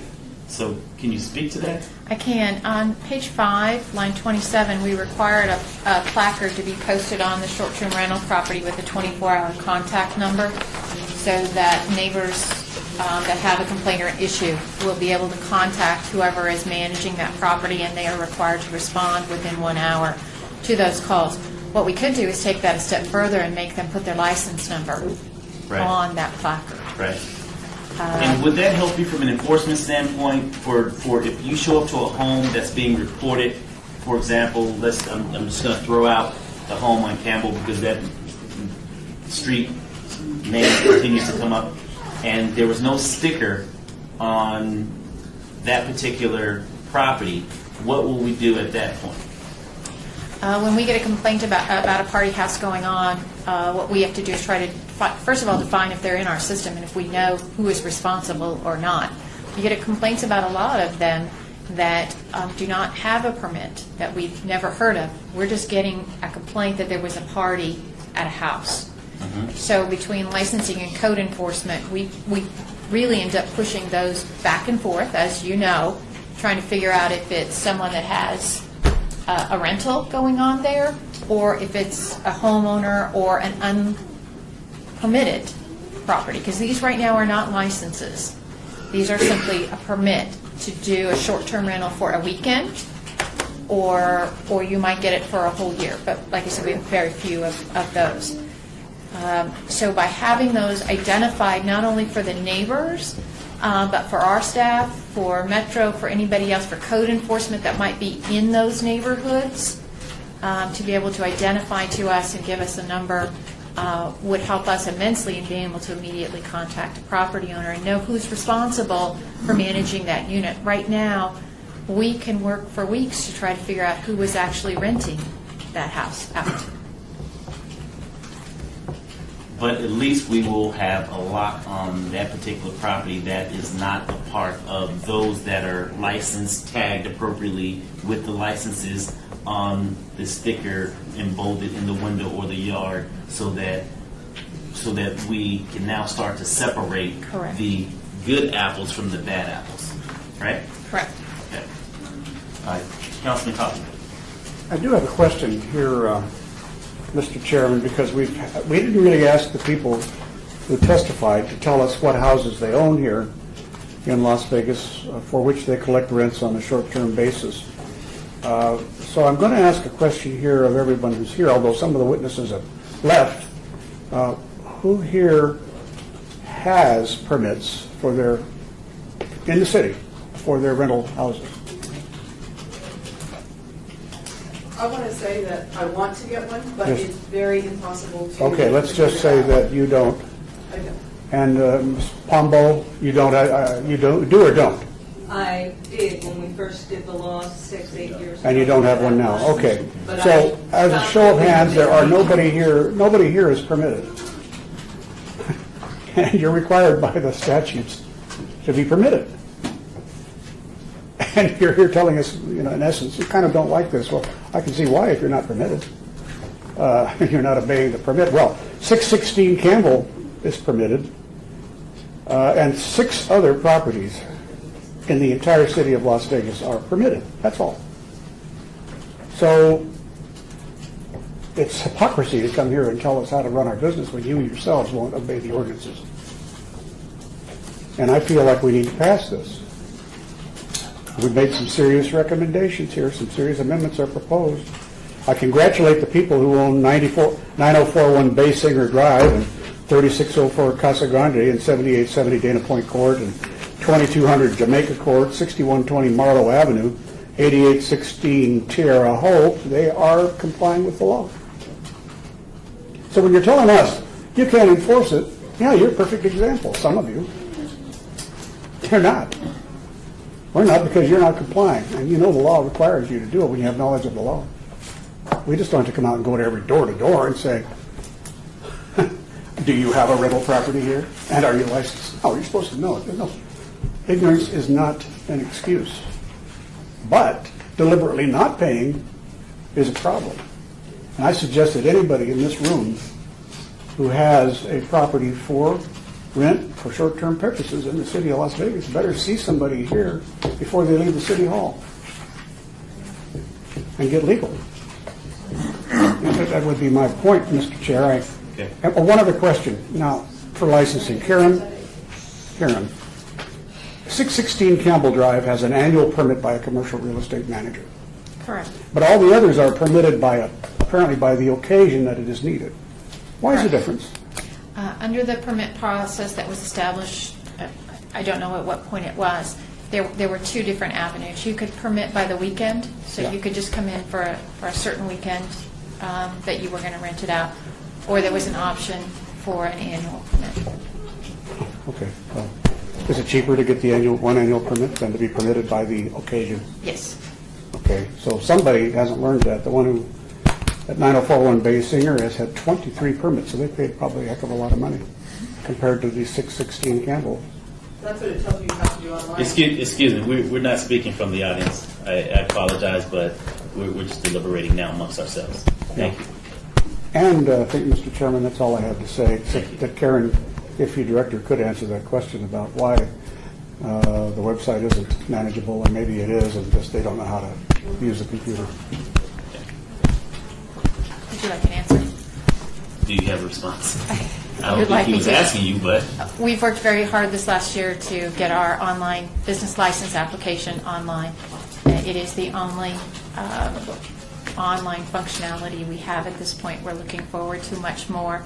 Those permit applications are available in a writable PDF, which you can then email or send in. But a person can call City Hall and say they want a license. How do we get a license? They can call the council office and say, we have this rental, we'd like to be licensed. And the rental form is online, it is available. And this would be a license which you could simply apply for completely online. thank you. And just for the sake of just being respectful to the audience, the purpose for the Public comment is for you to come and share your comments, and we give you that time to do so. And this is the part of open government and transparency that now you all have an opportunity to witness and participate in as you hear us deliberate on your behalf as legislators. And so that's why there's no more comment from the public, because this is your opportunity to actually see the transparency in government move forward. So that's the reason for no commenting from the audience. So I'm not saying it to be rude. It's just parliamentary procedures as far as how we continue to move the legislation forward. Councilman Member. Thank you. During the last 60 days, I've learned a lot about short-term rentals. I didn't know that much about it. Our initial meeting was we were going to ban them all, but then you all showed up. I had some folks in my office meet with me, so I appreciate all of you coming out here and kind of educating me on short-term rentals. And what it comes down to is we're going to have short-term rentals whether we like it or not. I mean, that's just the way it is. They're banned in the county. They're in the county. It sounds like there is a need for short-term rentals. People want to come here. You've all given examples of people that want to come here and take advantage of a short-term rental. So we have to set up a system where short-term rentals are allowed, but they're not turning into a nuisance in the neighborhood. That's what it comes down to. And I think we're getting there. I think this is a good start right here. I think that's a good start. I still think a special use permit is appropriate here, because as a resident on my street, I would like to know if there's a short-term rental. And people will have the opportunity before the Planning Commission and before the City Council to show up and give their public comment on whether they're for or against a short-term rental in a neighborhood. But it's still the Planning Commission and the City Council that will decide based on all the information whether it's appropriate at that particular location. Sometimes it will be, sometimes it won't be. And I think the education process will tell planning commissioners and city council people that some places it's okay to have a short-term rental, some places it's not okay to have a short-term rental. So I think it's appropriate that we put that in there. The civil fines, I think you need to take another look at those. And these people aren't going to worry about civil fines because they're going to run their businesses the way they want to. But a short-term rental that's a nuisance that we're calling a party house, we need to hammer those folks. So I just need you to take a look at this and find out, is there enough of a hammer to put on these folks on the first time or the second time or closing them down. You know, when it comes to enforcement, anytime you have a law or an ordinance, whatever, you're always going to have enforcement problems. We have lots of drug laws, and the drugs are available. We have plenty of traffic laws out there, and it's dangerous driving around town. So you're always going to have an enforcement issue, and it's Karen's job and our job to do the best we can to enforce these places that are causing a nuisance. We could hire 100 code enforcement officers, and that probably may not be enough. But what I'm hearing is that these nuisance homes are, I've heard it from a couple of folks, are 1%. So I'm hoping that our enforcement people and the enforcement program that we put together to enforce this can handle a 1% nuisance problem. It seems like we should be able to do that. So, and I'm pretty confident that from what you've heard and from what we've heard, we really need to take a serious look at the city of Las Vegas and how much money we appropriate to the enforcement aspect of this, as well as other code enforcement issues. That really is a budget issue, and I think we need to take a stronger look at that when it comes around to putting our budget together. Because obviously, I mean, these folks here on Campbell, there was an enforcement issue there. That was a problem, so we need to get on top of that. So I think this is a great start. And like I said, I really appreciate all of you showing up and giving us all this information, because I think you're helping us put this together. And what I'm really hearing is, we want regulations, we want party houses out of business, we want nuisances out of our neighborhood. Just set up a system where you're not really you're not putting us out of business, and I don't think this is putting anybody out of business to get a license and a special use permit. I think everybody can probably handle that. So I'm ready to move forward whenever you all are ready. Okay. Just a few more comments from myself. I agree with you, Mayor Pro Tem, and also I really like the idea of the special use permit, because what it does is it does get those members of the community involved as it relates to what's on their street. No different than each and every one of you. You want to know whether or not you have a pedophile moving in next door to you.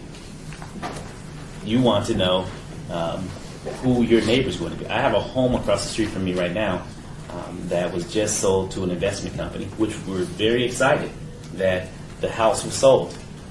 Okay, because I just saw bags of shrubs and weeds that have been needing to be pulled for the last 3 weeks, finally bagged up, and the house is looking nice. But the fact that it's sold to an investment company still leaves the question in my mind: who's moving in, right? And so, as a resident on that street where my investment is located, I have a right to know, if nothing else, who's coming onto our street. And for a lot of the residents that where your homes and properties are located, I truly believe that your neighbors where you own that property have a right to know what's happening in that house next door as well. That's just my true, honest belief that they need to know. And so from a special use standpoint, they need to know what, if in fact you're going to rent your property out on a weekly or monthly or a 6 month or a year base. There has to be some parameters there so that at least they know who they're living next door to. I'm going to have a different neighbor every 30 days, right? And so it puts me in a different mindset as a resident on that street. And so from a special use standpoint, thank you for that recommendation, Mayor Pro Tem, because I think that that's another tooth needed to help regulate and help streamline the issue that has come before us. I didn't see not one person raise their hand saying, or advocating for the party house. Is there anyone here advocating for the party house? Right. My point exactly. And so it's unfortunate that Dr. Summer, it's unfortunate that those bad apples has really brought the entire bushel together to try to figure out how to weed those bad apples out. And it's unfortunate that a lot of the ordinances and laws basically are, being screwed down on, pardon the pun, on you good property owners, business people who are doing the right thing. And as I share with my constituents all the time, when you bring me a problem, well, as your legislator, you could be impacted by the laws in which come forward. So you have to be mindful of what you ask for, and sometimes those things, in this particular case, what you don't ask for, what you don't ask for.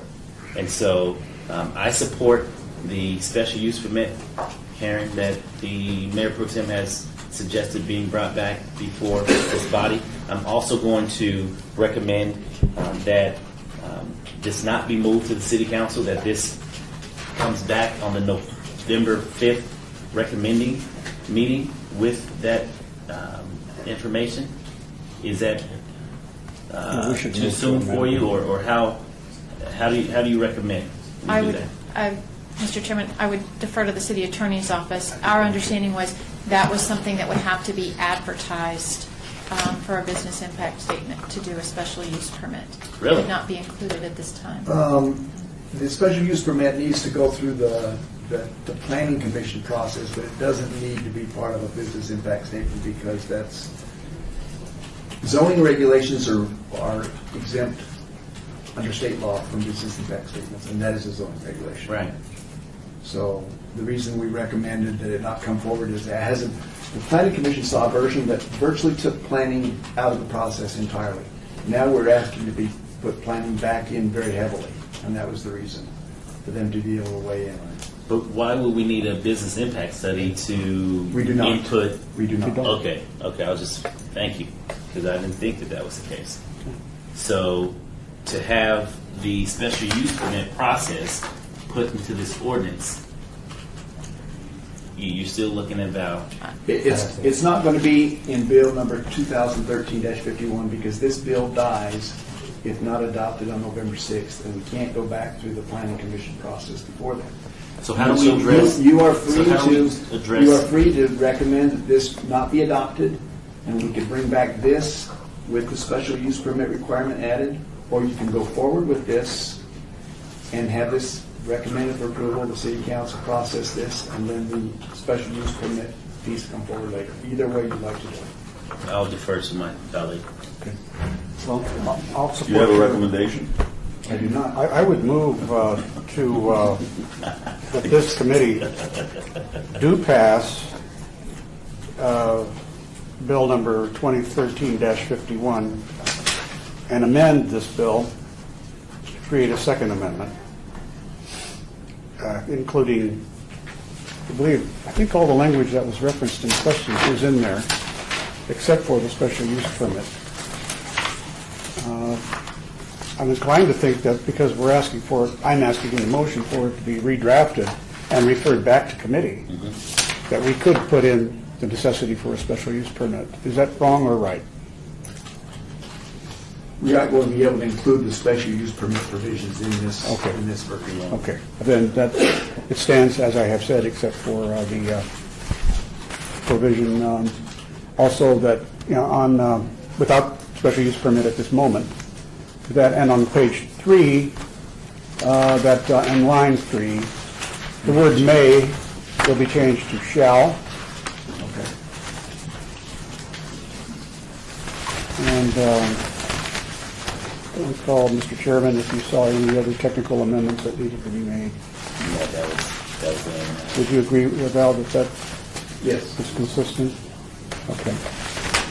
To be referred back to the committee for hearing on November 5th. Can you clarify what we're doing here? I'm not sure what the motion is and what happens if the motion passes. What are we voting on, and what's going to happen if we vote on it? If the motion was to approve a second amendment with everything in the proposed first plus the change on page 3, line 3 that Councilman Coffin indicated, you would send that to either to yourself to be here on the 5th, or you just refer it directly to the city council on the 6th. If you refer it back to yourself, then you would want to refer it on the 5th so that the council could hear it on the 6th. But either way, it's been noticed to be heard on the 6th by the city council. So where does the special use permit portion? The special use permit would come subsequently. It would go through the planning commission and be put into a new ordinance that would have only that change in it, the requirement of a special use permit. So is there a way to include a special use permit in the ordinance today? No. There is not. There is not. Okay. So the motion is to pass this ordinance with those changes and then bring another ordinance back to recommending for special use permitting. So that's a separate ordinance? Yes, separate ordinance. It is, okay. And what about the recommendation about taking a look at the fines to see if they're tough enough? 250 a day. We have It's 250 a day right now. under Title VI, we have the full range of misdemeanor penalties for those that are processed in municipal court, and the judges, whatever we put in there, they'll impose what they want to impose. If these Title VI violations are processed civilly, we have a mechanism in place that has fine levels that are in place. If you come back with a special use permit requirement, you could also require that the fines be civil fines and civil violations be part of that. Okay, so we could include it then. Okay, so the motion is just to move this forward and then come back with the SUP and the fines later on. we'll examine the That's the bill. motion he made. It doesn't have to be that motion. You The could, motion will call for this to be reprinted with these changes and referred right back to us for hearing on the 5th of November. And that way, there could be one last change if there's any So technical changes. when would the other stuff come back to recommend? it's my understanding that it's possible that the special use permit language could be on the November Planning Commission agenda. Is that correct? Correct. Based on the Robertsonville Planning and Development, based on the prior recommending committee, when you guys had recommended a do not pass and preparing ordinance to eliminate short-term residential rental, we had preliminarily put on the November 12th Planning Commission agenda a text amendment to accomplish that. However, subsequent comments from the recommending committee and as well as City Council, we pulled that off, but we can modify that. We still have time, provided we get direction today, to include on the November 12th Planning Commission a text amendment that would make a short-term residential rental a special use permit. So that does not come back to recommending? It would go to the Planning Commission on November 12th, and then we would follow the administrative procedures to forward that to the city attorney's office for an ordinance. Oh, okay. I got And then you. it would come before recommending committee in the normal ordinance adoption fashion. So this is all okay from your standpoint? Yes. Okay. Okay. The traveling of this is a little dicey, but we're on the right road. Okay. I know that there's a motion on the floor, and I'll call for the question with my own question and statement. I will not support the motion on the floor, only because I would prefer that the ordinance that we are working to strategically put together include those things that was brought forward by Mayor Pro Tem, to include the special use permit as well as the penalties that were mentioned on the record as well, because I would prefer to be more methodical in our approach to do it one solid time versus having to bring it forward in a piecemeal approach. And so for that, I won't be supporting that, and I won't be supporting the motion on the floor, because I would prefer for us to have it completely packaged up as one motion moving forward versus having to come back again to include those things. Can I say one thing on that? Well, I would actually prefer that also. Okay, that sounds like a majority favor the delay, but let me just say that by delaying the adoption of anything here, you really put off regulation until springtime, in essence. Because by then, you've got the whole process going, but it takes time, Here at least you've got the bones of the regulation if you adopt it on November 5th in committee, because then it'll be adopted the next day, November 6th in council. But with our holiday schedule and with, of course, the plans by people to have party houses and holiday houses through the holidays, they'll have plenty of that. So that's what will happen if we delay. We will be allowing that essentially to happen through the holidays. Well, once again, going back to the enforcement standpoint from my position, the status quo, as you called out into the audience right now, a lot of the folks before us are non-compliant. So, and it's going to take everyone time to get on board with what those new compliances are. And so I would rather the status quo moving forward, being that it's already taken place, so that when we do bring forward one solid piece of legislation, whether it be December or January, that piece of legislation will be packaged to the point to where we have all of the issues to the best of our abilities, collective abilities, packaged so that those business owners that are sitting before us and that have commented before this body over the last few months know exactly what the rules are versus a stop-and-go approach that is being recommended today, in my opinion. So if I could ask a question, Val, how would that occur? You could make a motion to recommend to the city council at its November 6th meeting that they not adopt this ordinance. Is that what I'm hearing? And that with the understanding that an entire package would be coming back very shortly. Okay. I think that's what I heard. Because I agree with Councilman Barlow. I don't want this to be a trickle where little pieces passed here, little pieces passed here. Everybody's out there going, what's passed, what hasn't passed.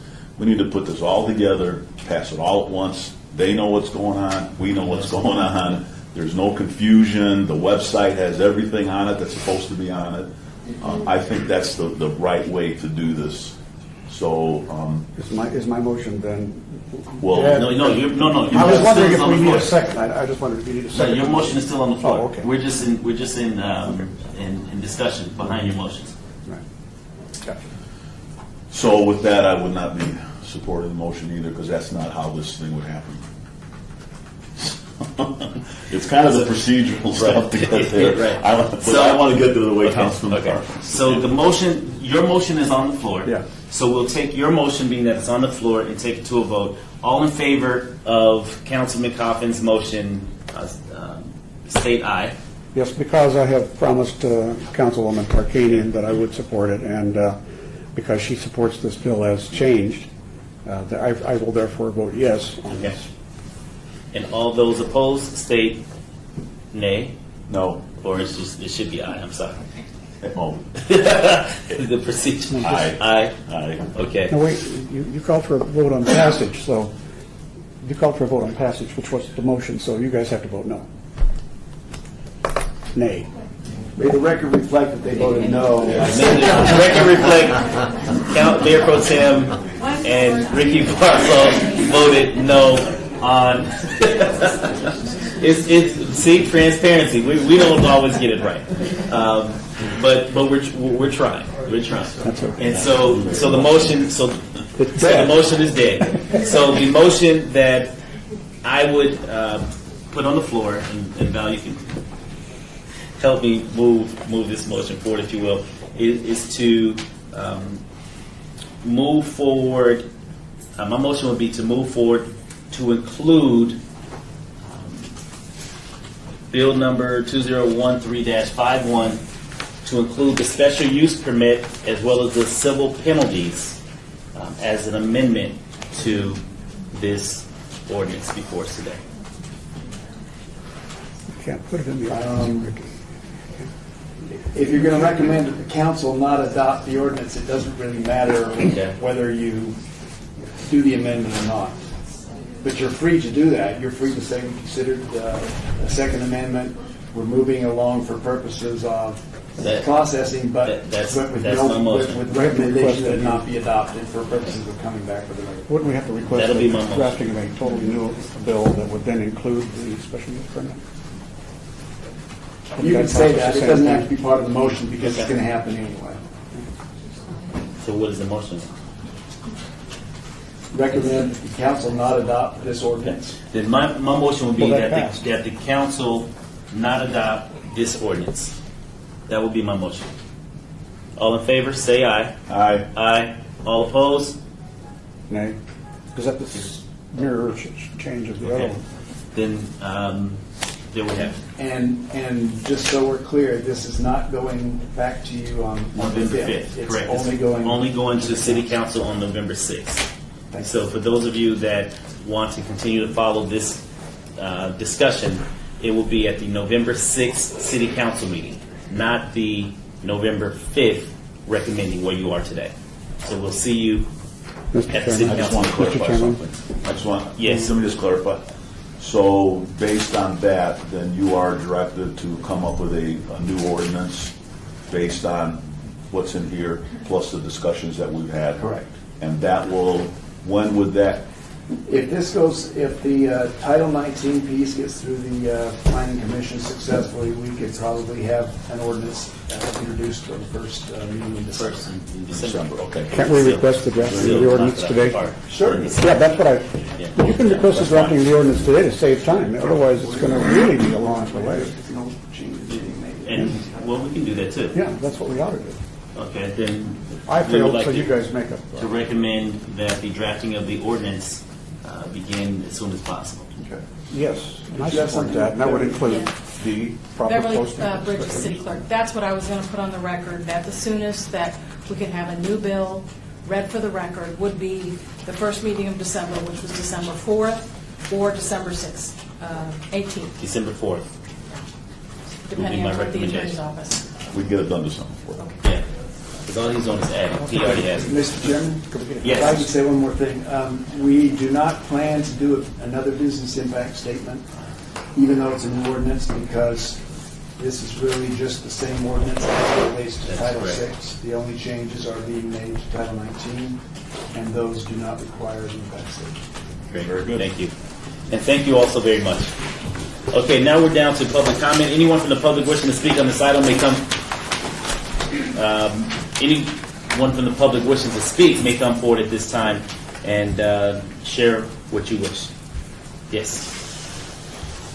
Dr. Summer. Thank you. As I was listening to everyone speak and heard all of the input we've all heard today, except to this point in time, I was trying to rack my brains as to how we can specifically target party houses. And I came up with a definition that I think would work. And that would be to use the negatives rather than the positives in the definition. The definition of a party house is any residential home that is not used for the purpose of family bonding, relocating to Las Vegas to purchase a new home, visiting family for the purpose of ill family members, business transfers for employment,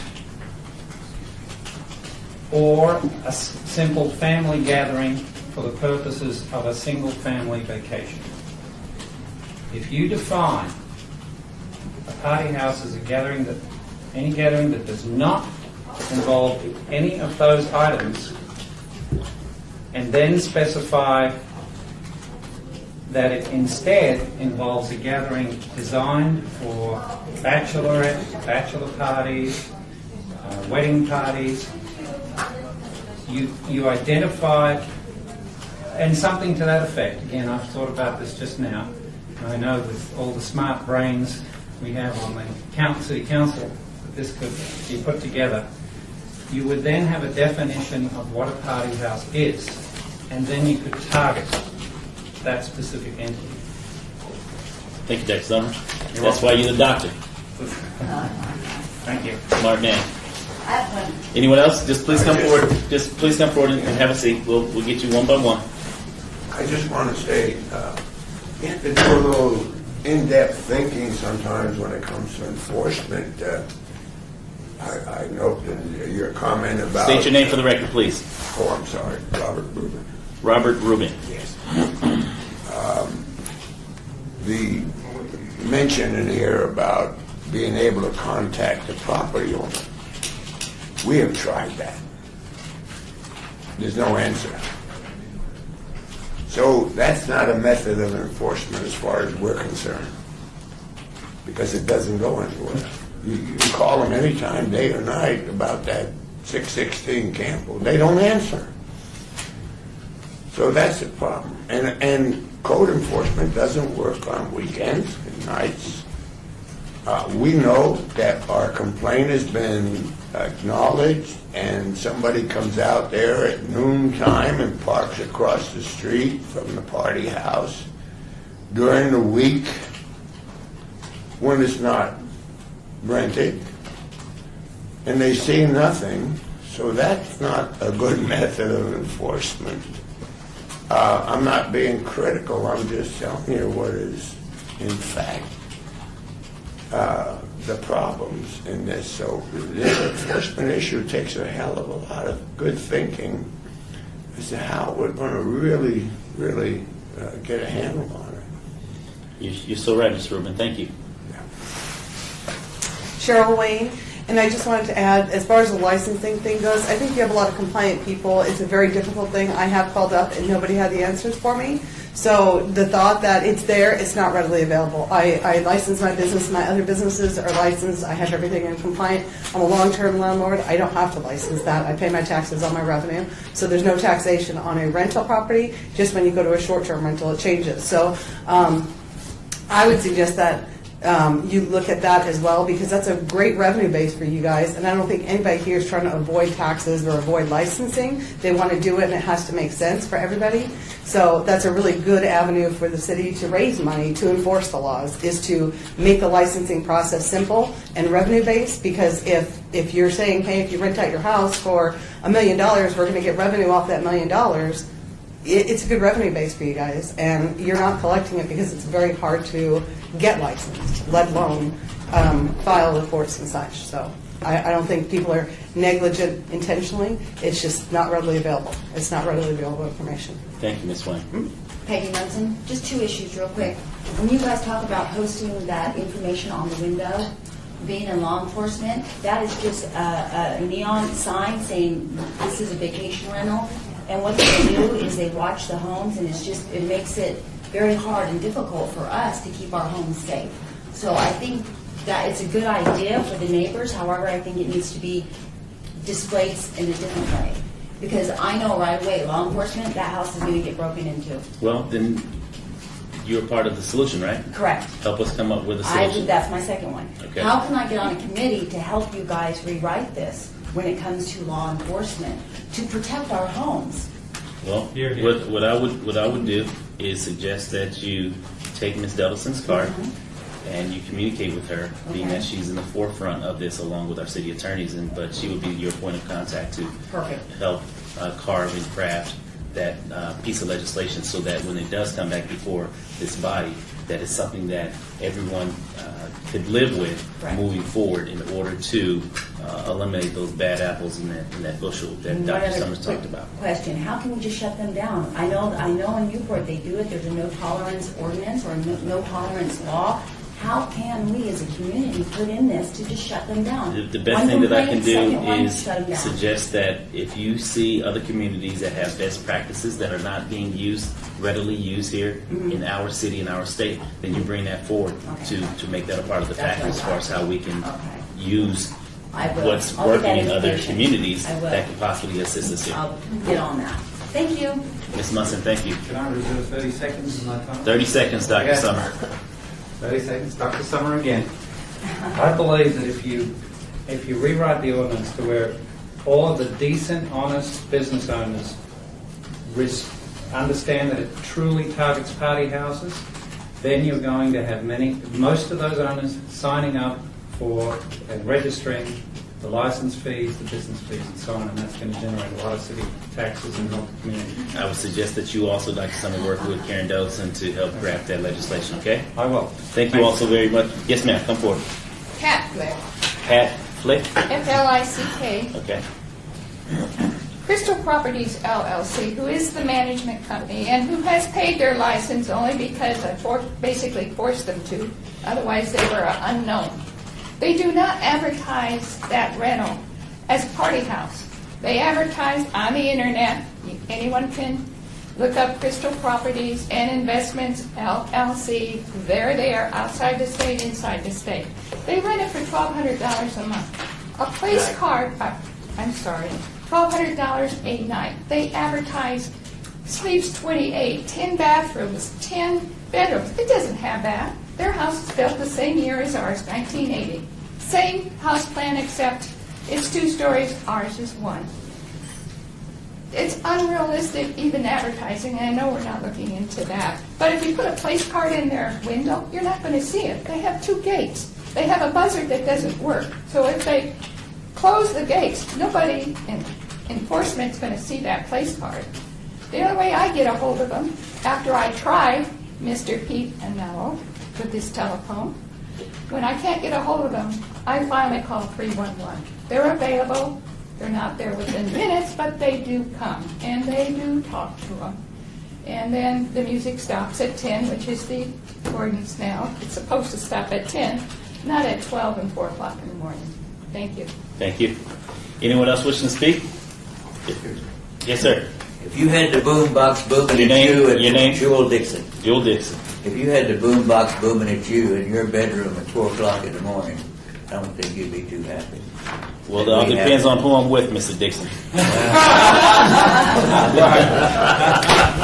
hope you got it. I got you. We need to motion to adjourn. All in favor? Aye. So moved. Thank you all so very much.